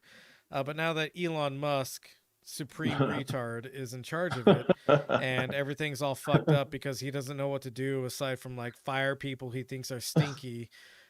Grand R word. Yeah.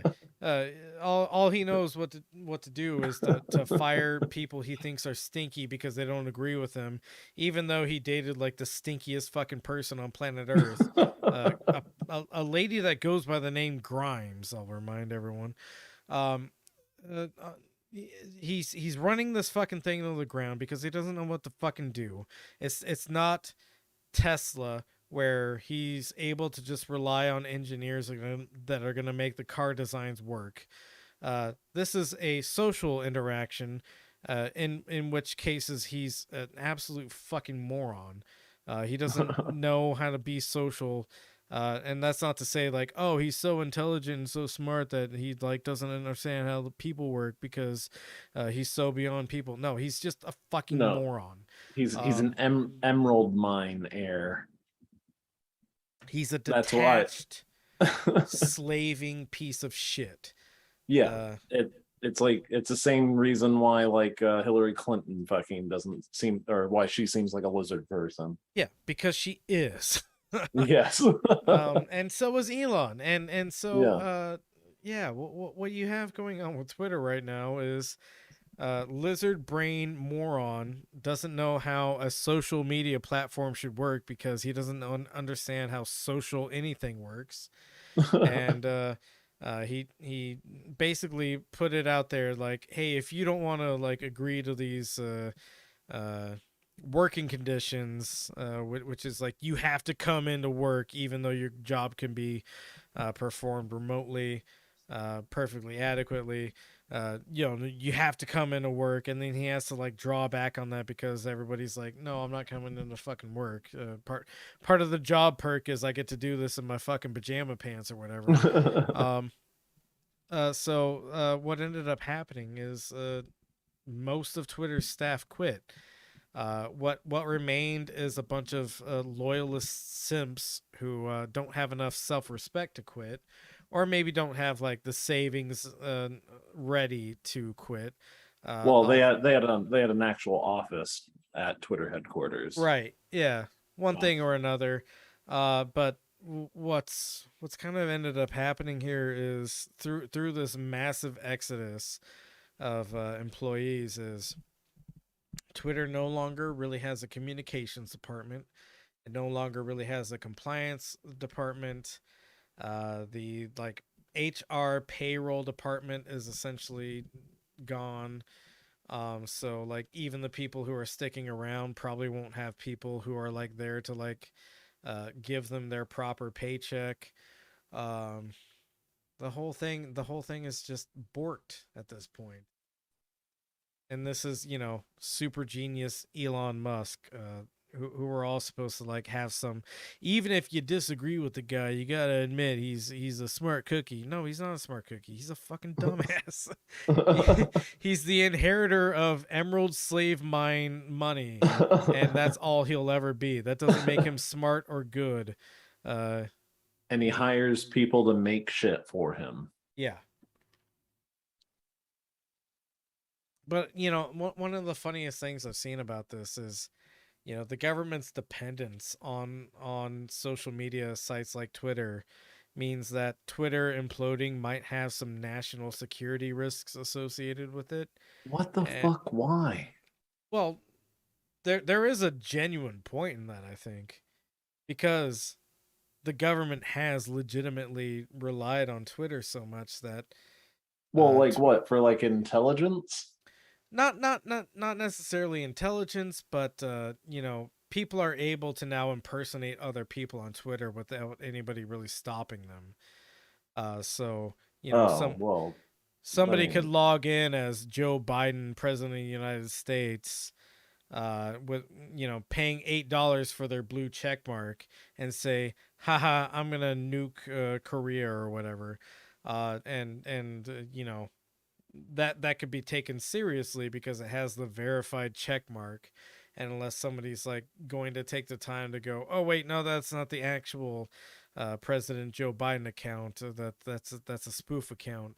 Yeah, the fact that the government has relied on outlets like Twitter in order to give its public messaging, you know, it is an actual national security problem. But you know, well, I mean, like we should have never, yes, said that like anything that comes from Twitter, like fucking, is exactly. like in any way official. That's where the problem arises, is the government should have never allowed itself to be put in a position where a private company that could be driven into the ground at any moment by any fucking dumbass that comes into like possession of it, that shouldn't be the way that the government delivers its messaging. The government, Did, you know, decided to not have its own printing press of information on the internet. It decided to rely on stupid corporations like Twitter and Facebook and Instagram and whatever other social media outlet, you know, Truth Social under Trump or whatever. Um, and this just really highlights the incompetency of the state, because even if the state has a website that it runs that is the actual mouthpiece of the state, the internet is owned by corporations because the government gave up ownership of the internet 20 years ago now.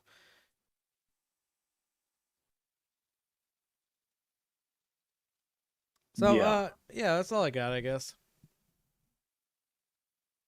yeah, no, it's good. Cool. Well, I appreciate that. Thanks for the compliment, bro. Yeah. Sign offs. Do you have anything you want to plug? No, I'm just upset that the world is the way that it is. Yeah, same. It's not really something you can plug though. Yeah. I'm upset about the way the world is.com. Invest in NEOM so that we all have a weird virtual hell to go to in the desert. Yeah. Where they'll execute you after you're evicted for not paying your virtual bucks. Invest in fertilizer in the metaverse so that we can wage holy war against against the VR headset NEOM experience. Yeah, you heard Deebs, go out and get like horse shit and cow shit pictures In the metaverse. turn them into NFTs, trade them for other NFTs. Yeah, I don't know how it works. Yeah, I don't like it's all made up. It's all a Ponzi scheme, whatever. how turn an NFT into a sandwich, please. There like you go. a real one that I can eat. All right. Well, I'll give my plugs. So first off, Truncata Workshop, run with Danko, Suvin, the co-host, the other co-host, I guess, of the show. We discuss literature, we discuss theory. Our current reading is Octavia Butler's Bloodchild, which we're going to discuss tomorrow. But a new syllabus is going to be rolled out tomorrow. I forget the topic again because ruled out or rolled out? Rolled out. A new syllabus is going to be rolled out. Yeah. So we're moving on from the Lovecraft kind of reading series we've been doing. And Danko's got a whole new syllabus that he's going to roll out. I forget what the topic is exactly. I think we even voted on it, but I still forget. So whatever. But join Truncata Workshop, TR or patreon.com/TRUNCATA. There's a tier system in place because Danko had to leave his job because it became evil. And so he needs some support right now. So go ahead and join that if you would like to join us and talk about literature and theory in a non recorded environment where we just say whatever dumb shit we want to. As far as the Benzo Rehab Dungeon is and always will be a free broadcast. However, if you enjoy what we're doing here, please feel free to go to patreon.com/Benzo Rehab Dungeon. Give as little or as much as you like. It doesn't get you anything special, but it is appreciated because I do maintain a couple of subscription services in order to keep this thing running. And I kind of try to put anything I make off of this back into the production itself. So patreon.com/Benzo Rehab Dungeon. And with that being said, as always, we love you. Please take your medicine. Take Danko's and share what's left with your friends. There you go. There you have it.